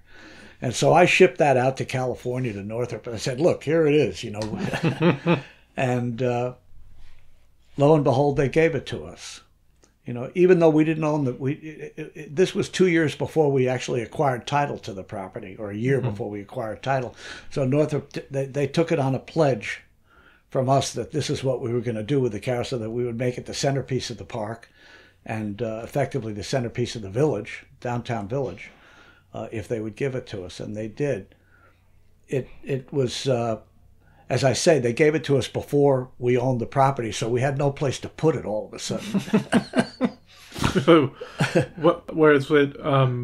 Over by where there was a gas station there used to be, but where the hotel is now? No, before that, the first thing that happened was the acting chief of police, the village. This is before we actually. So I guess I take it back. This was in 1994. Okay. So the police abolishment was still pending. These were going on concurrently. And the acting chief of police of the village police department was friendly with the owner of Stid Systems, which is a manufacturing facility on Greenport Harbor in an old shipyard building. And he was aware that he had some excess space. Yeah. So he went to talk to him about storing. We figured if we could just find some place to put it, to store it, until we could acquire the park property and build the building, that would be good. Turns out that the space that they had there was big enough for us to erect the carousel. And so a team of us, I think it was probably 30 people, volunteers, along with a flatbed truck from the town of Southold. We went down to Calverton and we dismantled that thing on our own and moved it to Greenport. And in one day, erected it inside that shipyard building. And now all of a sudden we have an operating carousel. And it was on a Saturday or a Sunday, just to give you an idea of the kind of spontaneous excitement and commitment. It was on a Saturday or a Sunday, and all of a sudden we had the thing erected inside this building, but we didn't have any electricity to run it. Mm-hmm. So I called the chief lineman for the village electric department and said, "Hey, look, Bill, this Bill Swisky, who's passed now." I said, "Hey, look, Bill, we've got this carousel up inside the building, but we can't run it. We need power." So he came down with one of the bucket trucks from the village, went up on a pole, ran a temporary line into the building, and that same day we took our first ride on the carousel. So it all happened very quickly, and now all of a sudden we had a ride to offer. The North Fork Bank, which was between that building and Main Street, gave us permission to paint. We had somebody make a big stencil of horseshoes, mm-hmm. and we painted horseshoes on the bank parking lot, leading back in yellow, leading back to the building. They let us take out some shrubs. I only mention this just to give you a sense of the excitement that there was at the time for having something like this happen. Mm-hmm. And now we had a carousel. We called it a bridle path, leading from Main Street into to the carousel. And when we first started thinking about this as a business case, we assumed we might bring in $15,000 a year in income. We might have 15,000 riders. We thought that would be a real success. So I think the first year we had 50,000 riders in that temporary building, mm-hmm. Where it stayed for a couple of years, and then the owner of that property needed his space back. So, and we still hadn't, now we own the Mitchell property, but it took a long time to develop it and build the building. Plans and design. Yeah. So, and regulation, and fundraising. Funding was a big issue with the park. And even cleaning up they had all the contamination. Yeah. I think I wrote 26 different grant applications. Wow. To fund that park from all different agencies, state and federal agencies. Mm-hmm. But so to solve the problem in the short term, the property that is now the Menhaden Hotel was a vacant lot, had been a gas station at one time, and it was a vacant lot, and the owner was anxious to sell it. And we bought that property, I think, for $80,000. And we put a Morton building on it, a steel shed, mm-hmm. that was large enough to contain the carousel, mm-hmm. and we put the carousel in there and ran it there until we were able to move it to the park, to the new building in the park. How many years was it there? So we cut the ribbon on the first section of the park with the carousel in the building in June of actually I think it was my anniversary, June 29th of 2001. So it was. 23 years ago. Yeah, because we're coming up to the 29th. But it was 6 years after we actually obtained the carousel. Yeah. So I only mention this because the bottom line is when you're trying to promote major change, it takes time. Mm-hmm. You can't rush these things. It takes time to plan. It takes time to build support, and maintaining support is really the critical ingredient for a long process like that, because otherwise it could break down anywhere along the line. Mm-hmm. And we had a lot of organizations and volunteer groups that helped us maintain interest. Mm-hmm. And we kept doing things that that promoted interest, like opening the park in phases, mm-hmm. so that people could start to see what they were getting. Mm-hmm. I mean that's. So just before I let you go on. The last year I was mayor, which was 17 years ago now, mm-hmm. 2007. If memory serves, when we were charging $1 a ride, the revenue from the carousel in 2007 was $125,000. That means 125,000 rides in 1 year. Since 2001 to 2024, 23 years, it's no exaggeration to say that 3 million kids have ridden that carousel in a village of 2,000 people. That's the impact that it's had on the village. And in terms of the rest of the park, how you said that was a long process, just with all the planning and design and what other features might appear, and even the marina was talked about, and how that, if that would only be more short-term, seasonal or transient. Yeah.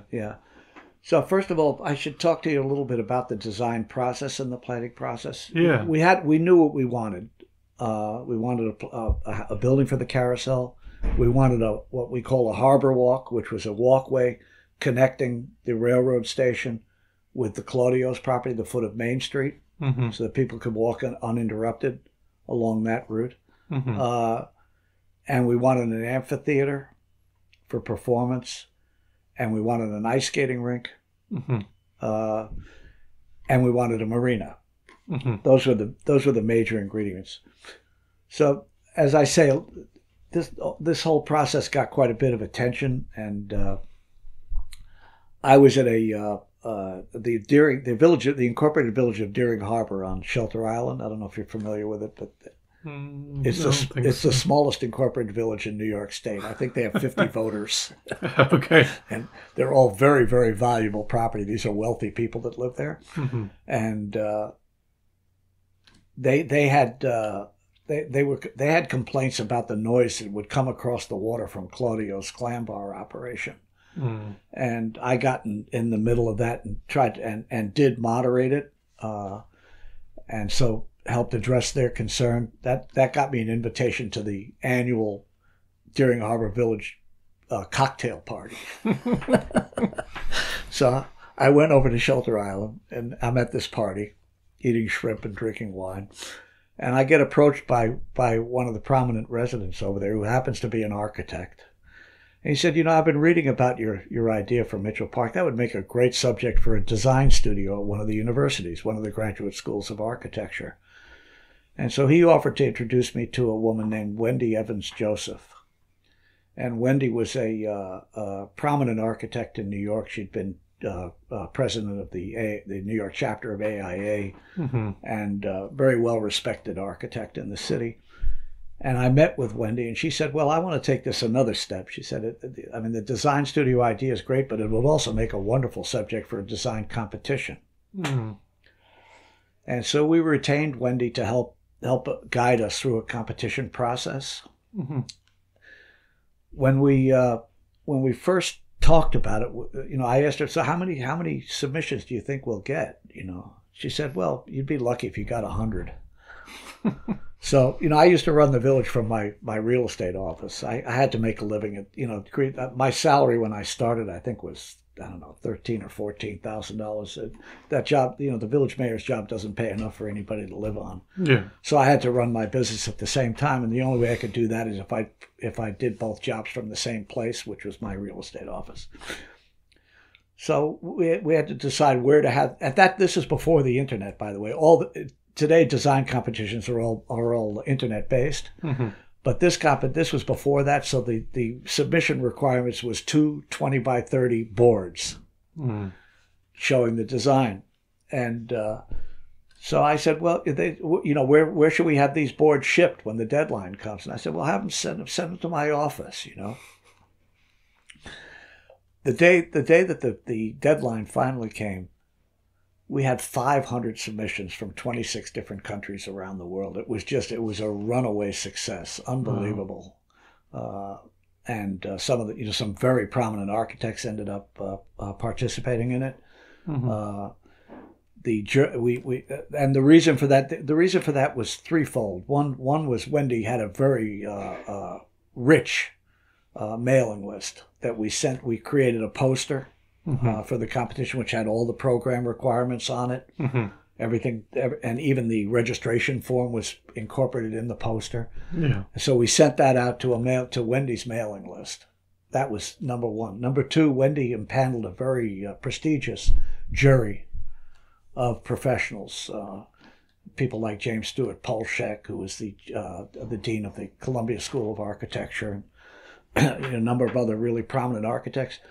And the importance of that was that young architects are often drawn to these competitions so that they can have their work seen by prominent peers. Mm-hmm. So having a prominent jury was a big part of the response that we got, and also the quality of the selections that ultimately came. The jury comes out for 2 days. They came out for a weekend, and by the time all the 500 boards came in, you literally could not walk in my office. It was like a rabbit warren, just little pathways. Yeah. And, what do we do with these things? How do we even look at them? Mm-hmm. So we hired the American Legion Hall, and we used chairs to set these up in the Legion Hall, and we put all 500 of the submissions on display at the Legion Hall. First, we opened it up to the public so people could see. And then the jury came out and did their job. And they cut through it, and they ended up awarding 3 prizes, four prizes, first, second, third, and maybe 1 or 2 honorable mentions. Mm-hmm. First prize, I think, was a $10,000 prize. No guarantee that we would give the work to the prize winner, mm-hmm. but a prize money. And the jury, they awarded the first prize to a scheme that was very interesting, provocative, but very difficult for the average layperson to understand and respond to. Mm-hmm. It was black and white, and when people think of a park, they think green. Yeah. So the average person said, "That's a park," Yeah. So, needless to say, it became the jury awards became very controversial. Ended up getting settled by a village election, where a trustee that supported the project and the design ended up being elected. But just to deal with the controversy, we impaneled a committee, a large committee, and asked them to look at it. And they met and they said, "Hey, any chance we could look at the second and third prize winning schemes?" So we brought them out, let them look at it, and they came back and endorsed the second prize winner. And then we won the election. All of a sudden, I had the votes that I needed on the village board to move the process ahead, and I was committed to to pursuing the process that we started, which was having the design competition and then respecting it by awarding the job to somebody that had responded to the competition. Mm-hmm. And this committee said, "Hey, give it to let's give it to the second prize winner." And I said, "That's fine with me. I just want to get the thing built," and I liked it also. So I went before recommending to the board that we hire them. I went into New York to interview them in the city. At the time, the firm it was Sharpless was the name of the firm at that time, mm-hmm. and it was 2 twin brothers, the wife of one of the twins, and a dachshund. That was the firm, mm-hmm. and they I don't know if you know where the exit from the Queens Midtown Tunnel comes out at 37th Street and 3rd Avenue.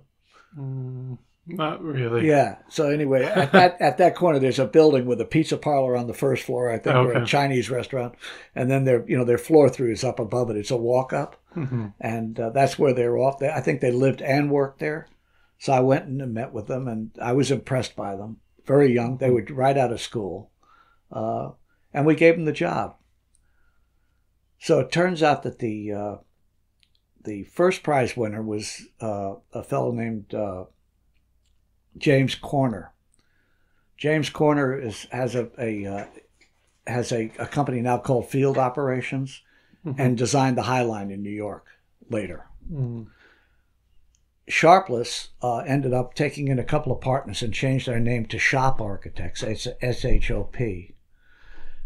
And they have become one of the most prominent architects in New York. They designed the Barclays Arena in Brooklyn, the New York, not the Geary Building, the American Copper Building in New York. Mm-hmm. And they specialize in United States embassies around the world now. But at that time, as I mentioned, it was two twin brothers and the wife of one of them. I think they have 200 architects under them now. It's a huge success. And we gave them their first job. Mitchell Park was their first job. Wow. Yeah. So, that created more excitement. And also we got a lot of press out of that. So that helped with fundraising, raising the money that we needed. So these were all kind of steps in the process of keeping the public engaged over an extended period of time to get the project done. Mm-hmm. And I mean, it took a while, and then how was you said like there was a phase one and there was there? The first phase was the carousel building, was essentially the westerly side of the property, the carousel building, the boardwalk behind it, the amphitheater, and the boardwalk connection to the railroad property. The second phase was the area that now has had until the village discontinued it recently, the ice skating rink, and the building for that in what we call the Harbor Master Building, and then the third phase was the marina, and so we rolled those out separately. And I think as I say, the first phase we opened in June of 2001. The second phase we opened in winter of 2005, and a year or so later, we opened the marina. Mm-hmm. And after it was completed, how was the overall positive response and with the opening, and then was it still kind of navigating how we're going to keep this going and funding and? Well, there was some controversy around we had to take on some debt in order to finish it. Mm-hmm. We got a lot of money from grants, and we also had some unusual ways of raising money locally. Mm-hmm. But at the end of the day, we had to borrow some money to complete it. So there was some controversy around how to pay off the debt, which is all needless to say has resolved itself over the years. Mm-hmm. One of the things I'm most proud of actually is that the tax rate when I took office as mayor was $32.10 per hundred. After we abolished the police, we were able to cut that to $8. That's how significant the impact was of disbanding the police department. Mm-hmm. It's since risen over the years. I mean, you're talking, there's 30 years have gone by. Mm-hmm. It's still, I think the village tax rate now is maybe $25 or $26. So it's still lower than it was in 1994 when I took office. Wow. So, they can complain all they want about the debt and this and that, but the bottom line is it transformed the village financially, fiscally, and the business district. And it also, the other thing is that the big problem Greenport had for years prior to this period was a deteriorating tax base. Mm-hmm. Because the real estate values were depressed. The aggregate tax base that we rely on to levy taxes each year was dropping. Mm-hmm. And without new investment, that would continue to be the case. Yeah. As soon as we started talking seriously about the park, people started investing in the village. And while we were building it, a bunch of major projects went in, like the Harborfront Inn, for example. That was built while we were still building the park. Make a long story short, the erosion of the tax base was arrested, and it's been growing ever since. Mm-hmm. And the tax base is really, if you want to take the temperature of the fiscal health of a municipality, look at the tax base and the trend with the tax base. That's it. But even looking at I think at that time, the village had that opportunity to even afford to purchase other properties that usually is hard to do, which helped, I think, rejuvenate and at least with the Mitchell Park. But I mean, even after the Mitchell Park, you had property, but was some of that you had to sell as well? We saw one of the ways we came up with money that we needed to finish the project was to sell some property that the village owned. Mm-hmm. For example, the property that we bought to put the carousel on the corner where the Menhaden is now. I think we paid $88,000 for that property. We sold it for $750,000. Mm-hmm. Yeah.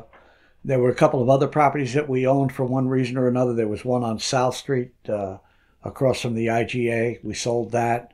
And there was a building on Main Street that used to have the police headquarters, and we no longer had a police department, so we really didn't need that building anymore. We sold that. And we raised a couple of $1 million that way between those three properties. Wow. We also sold half of what's known as Clark's Beach, which is a property up on Long Island Sound, which the village owns for the purposes of maintaining the sewer outfall pipe into Long Island Sound. That's where the effluent from our sewer plant travels to that site and then out into the Sound. But we only needed the little bit of property for the pipe. We didn't need, I think we had 11 acres of very valuable Soundfront property there. So we sold half of that. We sold it to the town, and they preserved it. The town or the county, I can't recall anymore. Okay. But it's preserved. It's still preserved. Yeah. And the village still owns half.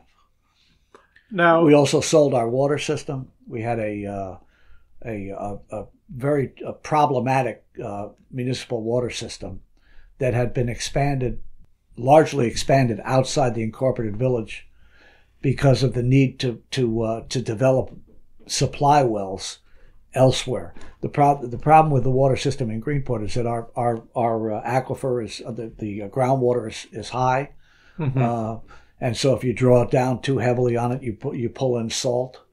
So in order to get drinking water, we had to go outside the village and put wells mostly in farm fields, in Southold and East Marion, even as far down as Peconic.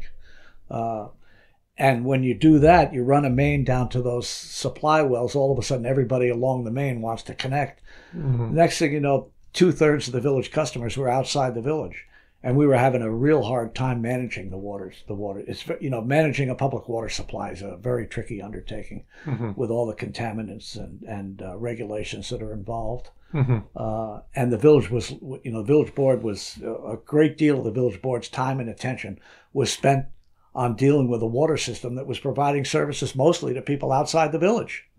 Meanwhile, we couldn't take care of our village, so we made a deal with the Suffolk County Water Authority. And we sold them everything outside the village. We still own the distribution system within the village, but they bought everything outside the village, including the supply wells. So we now buy wholesale water from the Suffolk County Water Authority and distribute it and resell it within the village. Okay. But we got $3.5 million. So that's another way that we were able to pay for the park. Yeah. And also separate from the park, over this time, but what were some other projects or ideas you were working on as well? I must say that the Mitchell Park project was my major initiative. There were a lot of other activities that we got involved in, but if I had to single out one main ingredient, that was it. I mean, and even say in the 2000s, because you were mayor until 2007. Yeah. But were there businesses coming back or filling in, some of these empty vacant lots? Did you start seeing that more in mid-2000s?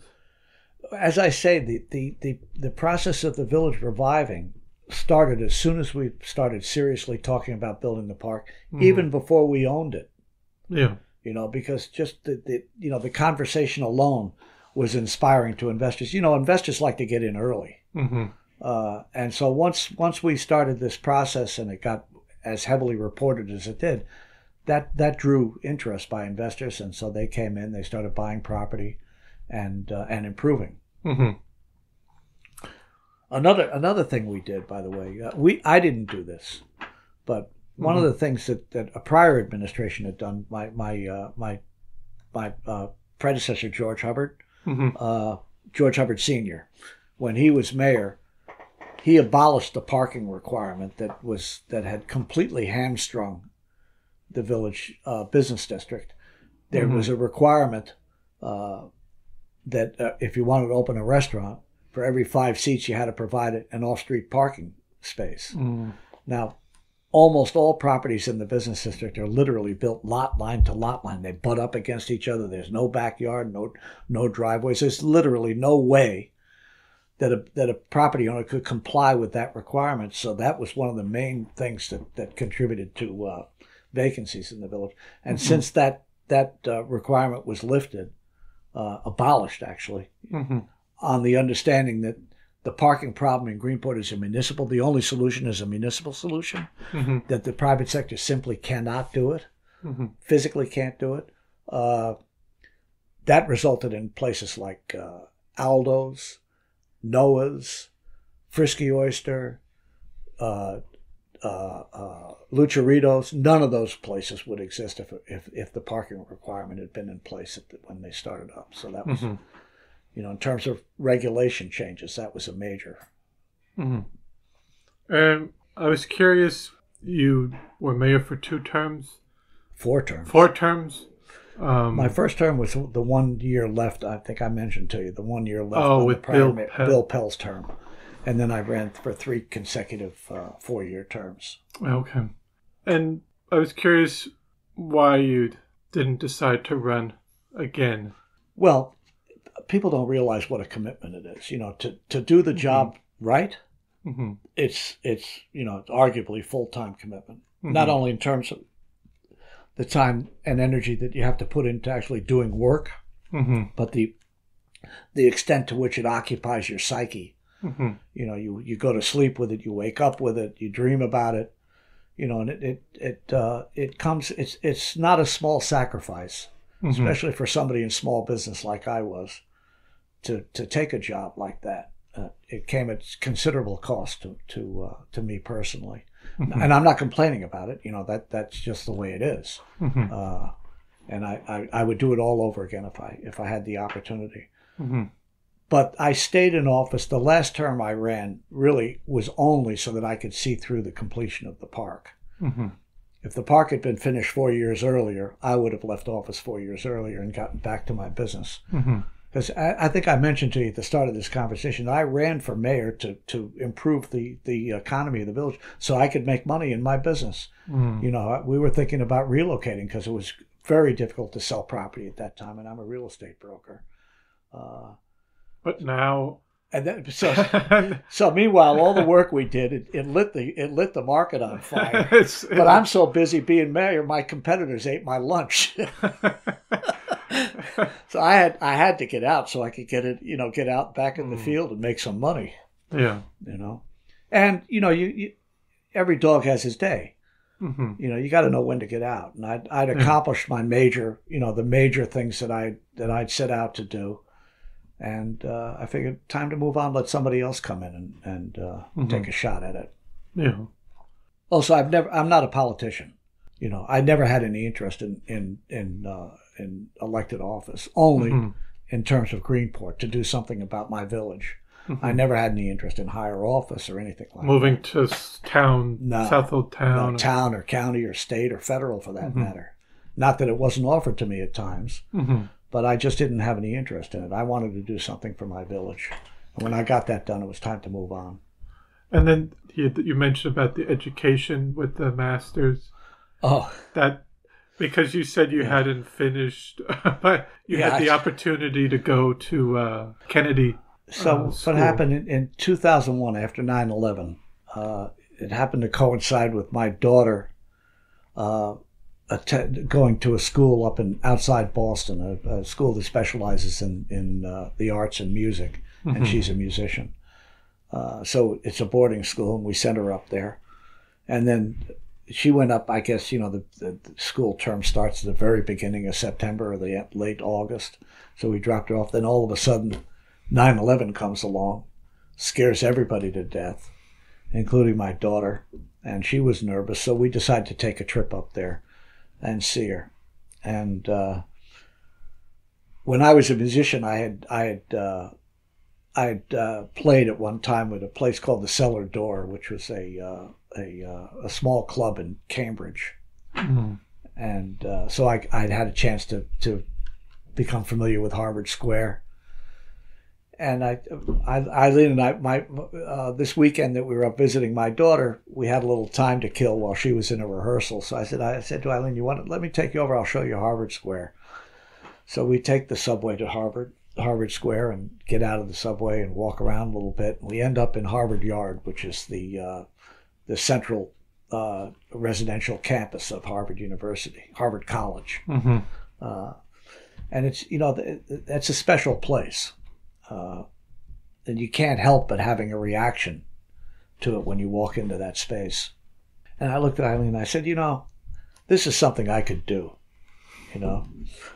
And so the woman actually that helped us run the design competition, she was a Harvard School of graduate. She was a graduate of the School of Design, Harvard School of Design. Mm-hmm.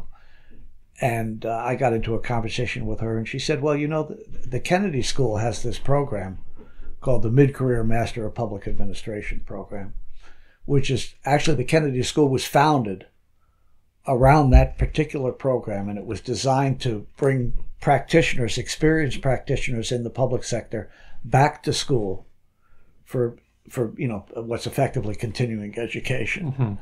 And in consideration of the experience that these people had, they would forgive the first year of a master's degree program, so you could get a master's degree in 1 year. Mm-hmm.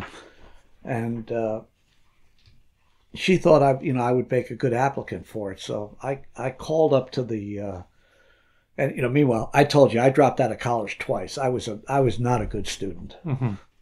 And so I really academically I had absolutely nothing to offer. But I had this rich experience, including the more difficult times in my life. And so I called up there, and I ended up talking with the woman that runs the program. And I said, look, I'm going to tell you a story. I said, as soon as we get to the point where you realize that I'm not a candidate for the Kennedy School, please do us both a favor and cut me off, Mm-hmm. And we had a wonderful conversation. She said, no, I want to meet you. So I drove up there and I had an interview, and she guided me through the process of getting admitted to the Kennedy School with a scholarship. And the village board, and I'm eternally grateful to them for it, basically endorsed my going up there while I was mayor. I was a full-time student for 10 months. Mm-hmm. In Boston. I was going back and forth on the subway, on the ferry, mm-hmm. and then the train, and then the subway up there, and had a wonderful year. Mm-hmm. And I ended up with a master's degree. Wonderful. And they forgave the fact that I never had a bachelor's degree. I did have to take the graduate GREs. GREs. Yeah. I had to take the GREs, which was a nightmare because I hadn't tried. I had to relearn linear algebra. I spent a month taking practice exams, basically. Because at that point I forget. This is 2002. I was 43 years old. Mm-hmm. So I've been out of high school for 25 years. Yeah. Hadn't tried algebra in all that time, so it was an interesting month. But make a long story short, I managed to do well enough mm-hmm. on the GREs, and they wanted me, so I went. Wonderful. Yeah. Now, we'll move forward in terms of, I think, looking at the time from 2007 to now, and just your thoughts on the continued change in the area. And I think we had mentioned this previously, earlier on in the conversation, that Greenport has had a lot of success and progress. But now with that, you get some other issues that we have to deal with today. But as you had mentioned, zoning and ideas with that earlier on. With Housing. Right. With housing. But what do you think of Greenport today and how it's kind of evolved even from since you were mayor? Well, it's still, it's still a great place to live, and mm-hmm. we feel very fortunate to be here. Mm-hmm. So from that standpoint, I'm happy. I love all of the, I love to see the things that we did get enjoyed by other people. Mm-hmm. But the economic impact has been profound for people that, in my opinion, have always made this place really interesting, which are working class people, just mm-hmm. regular bread and butter families. Yeah. And unless something dramatic, progressive, and significant is done to address the housing problem we have here, we're going to go the way of the great white elephant mm-hmm. in terms of the character that the village has always had. And so I hope that the new administration will take that to heart and make some tough decisions about where you put housing. I mean, it's a very difficult challenge in Greenport because we're basically 100% built out. Yeah, there's no land. Space. There's no land.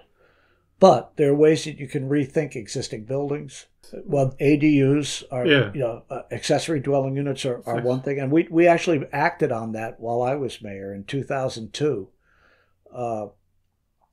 We liberalized the process for converting a one-family house to a two-family house. It had always been permitted, but there were what they call bulk area requirements like lot size and setbacks and minimum unit size that made it all but impossible to actually convert a one-family to a two-family, even though theoretically it was permitted.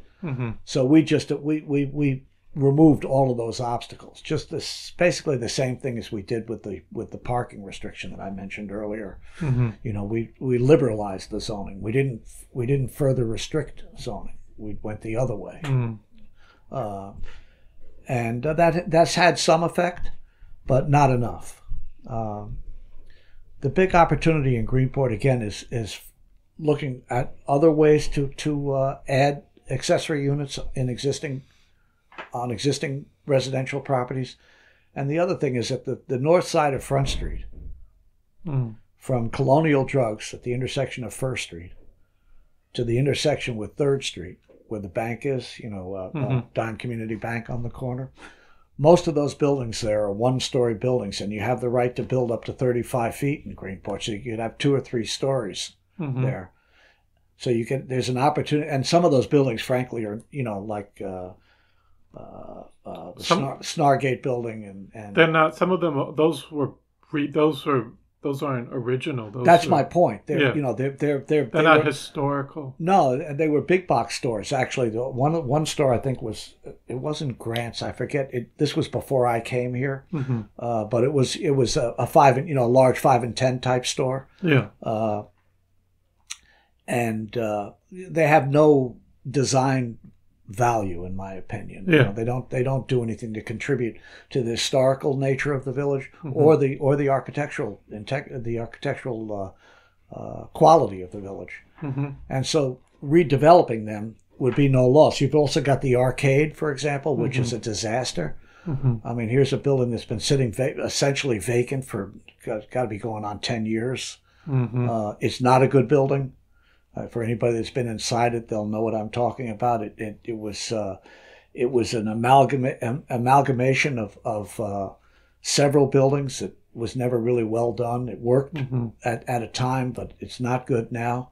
So that building that should be redeveloped, and that's one story. So there's opportunity to add apartments over stores, which is how the village was developed to begin with. Yeah, and I think it's when I've talked to other people, some of them seem hesitant with just the 1 or 2, but personally, there are some buildings that are already 3 stories, so I personally don't see the problem with additional 2 stories on top of those buildings, and that would add additional housing, and it's not 5 stories where you're going to get more of a canyon effect. Yes. Right. So I personally think the 3 stories is a good solution. I agree with you. And the other thing is that another value of what we did with the park is that we've left that whole side, the south side of Front Street, at least the park section, is all open. So even if you'll never have a canyon there. No. Because on one side it's open. Yeah. But hey, look, there's no free lunch. We have a problem. We've got people, neighbors, friends and neighbors, and even family members that can't afford to live here anymore. Are we going to do something about that or not? And if you're serious about doing something, it's going to involve some sacrifice. It's going to involve some compromise in the way you think. Otherwise, it's just talk. And I'll be candid with you. I'm out of patience for talk. It's time to do. And I hope this village board can muscle up the energy and the resolve to make the decisions that are necessary, that will be controversial by definition, but are necessary in order to address the social issue that we're confronting. Otherwise, Greenport's just going to become another has been cutesified, gentrified, former seaport, a shadow of its former self. And I think I keep mentioning the South Fork and some of the places like East Hampton or Sag Harbor. Sag Harbor's a perfect example. Sag Harbor, where it's already past that phase of saving. I mean, or even trying to keep a lot of the local residents that might have been there, whereas I think we're still have a chance to. Well, we still have a lot. This is still a working class community year round. That's the good news. So we still have what it takes to be real. But don't take that for granted. Just as you mentioned, Sag Harbor is a perfect example of how that can go in the long run. And look, it's a wonderful place. I go there. I love to go to Sag Harbor. Don't get me wrong. Yeah, it's a wonderful place to visit, but people can't afford to live there. Obviously, you've been in the real estate business for most of your life, but there's challenges throughout the country with affordable housing and housing. There's obviously places that are cheaper, maybe more in the Midwest or could go upstate. But do you see the North Fork, and because it's still a limited amount of space, and then obviously the prices are going to rise. It can be good for real estate people, but then also in terms of keeping a diverse market of people, do you see that as even for the whole North Fork as a real crisis? I do. I think we're at a very critical stage, and if aggressive and progressive action isn't taken, the horse is going to be out of the barn forever. And I would regret that. I live here. We came here because we like the character of the village. We're still here because we like the character of the village. But there's no real estate commission is going to sacrifice for me what I enjoy about this village, which is that I get to live with people of different backgrounds, different colors, different religions, different economic status. That's what makes this place interesting to me. Yes. And I think I had two or three other questions. You mentioned I think you're most proud of the Mitchell Park project and what that has done. But just looking over those, even it's been probably 27 years of service within the village of Greenport, what would you hope people would look back on in terms of your time working in the village and understand or see from your perspective what you were trying to do? That's a tough question to answer. Yeah. I mean, first of all, I don't like to project on other people, what they think. Yeah. But and then I know some people might not even like looking back on their legacy and. Yeah, I don't want to talk about legacy. The dead people talk about legacy. I'm still at it. Yeah. Yeah. I just, I hope that people in general, in the big picture, think that Greenport's a better place than it was when I got here in 1979. And I know that there are people that think it is, and there are people that don't. And I'm okay with that. I realize you're never going to satisfy everybody, and everybody's entitled to their own vision and their own opinion. But I think on the whole, on balance, I hope that most people think that we're in a better place now than we were when this process started. Just in broad terms like that. I don't want to point to any particular specific action. And more, I asked these two questions at the end, more just in general with your whole experience here. What have you enjoyed the most about working and living on the North Fork? Well, I mean, I love to fish. I came out here to get involved in housing restoration. I enjoy that. I've had a lot of fun improving property and pursuing projects. And again, to have had the chance to, particularly when we came here, there was the residual of the great period of Greenport history, which was really around the Second World War. and a lot of the old timers that worked in the shipyard at that time and in the fishing industry, to have had a chance to get to know them, to befriend them, let alone have their votes, and their confidence in some of the the ideas that I had for improving the village has been very, very rewarding, and still is. Yes. I mean, some of my even to this day, a lot of the my best supporters are people that have been here for generations, and I'm proud of that. What would you hope for the future of the North Fork and its community down the line? The North Fork, I hope the North Fork retains agriculture and fishing. The two industries that have always characterized it and kind of created the context for social life here. And I want to see opportunity for people across a variety of economic and socioeconomic backgrounds to be able to continue to live here. That's the most important thing from my standpoint. If this just becomes a summertime bedroom community for New York, that's not for me. Absolutely. And that's where we're going right now. Yes.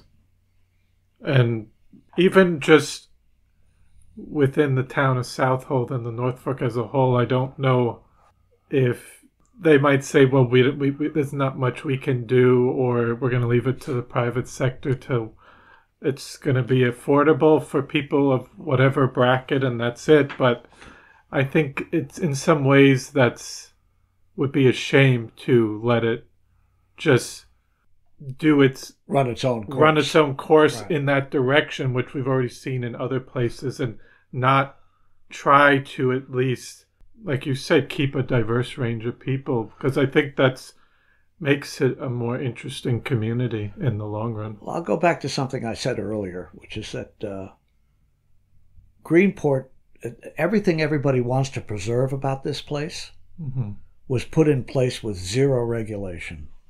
There was no zoning when Greenport was developed, when all these wonderful houses were built. It was natural socioeconomic forces that shaped and molded Greenport into what it is today. We are now shooting ourselves in the head, as far as I'm concerned, with our own zoning, because it doesn't permit the type of development that would solve the problems that we've been talking about.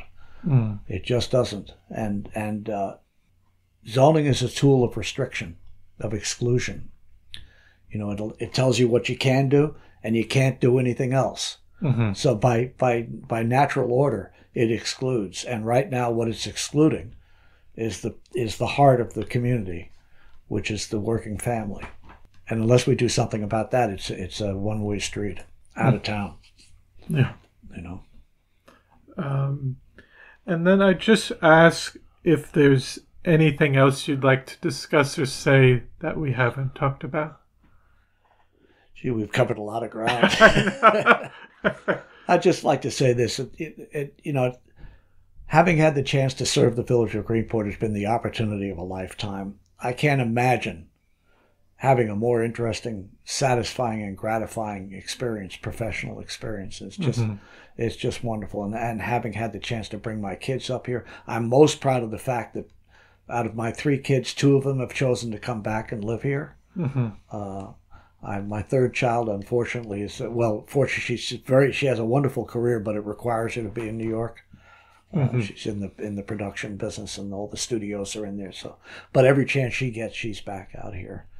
So I'm really personally proud that the things that we've done have attracted my own kids to stay here.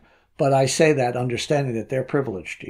Luckily we were fortunate to be able to get out here when we did. And buy at the prices that we were able to. Yes. Which is why they were able to continue to enjoy that. I'd like to see that opportunity extended to others. Of people like me would not be in Greenport today.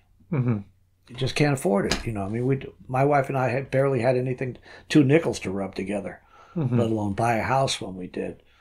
And I like to think that it's the energy that we brought and that other similarly situated young people bring to the village that makes it special and moves it ahead. Absolutely. Anyway, it's been a real privilege, and I can't thank the people enough who've supported me over the years to allow me to serve the way I was able to. Yes. Thank you for letting me talk about it. Absolutely. It was a pleasure to have you. It's been a great conversation. I haven't had one of these in a long time. Thank you. I hope I didn't overstay my welcome. No, I think it's important. So yes, thank you so much for taking the time to come on the podcast today and share your story and your pivotal part within the village of Greenport, and really a changing point from what I see for the village, and your continued support and involvement with staying and working in the village of Greenport. So thank you so much. Thank you, Chris. My pleasure. Well, I hope you enjoyed episode 79 with Dave Kapell.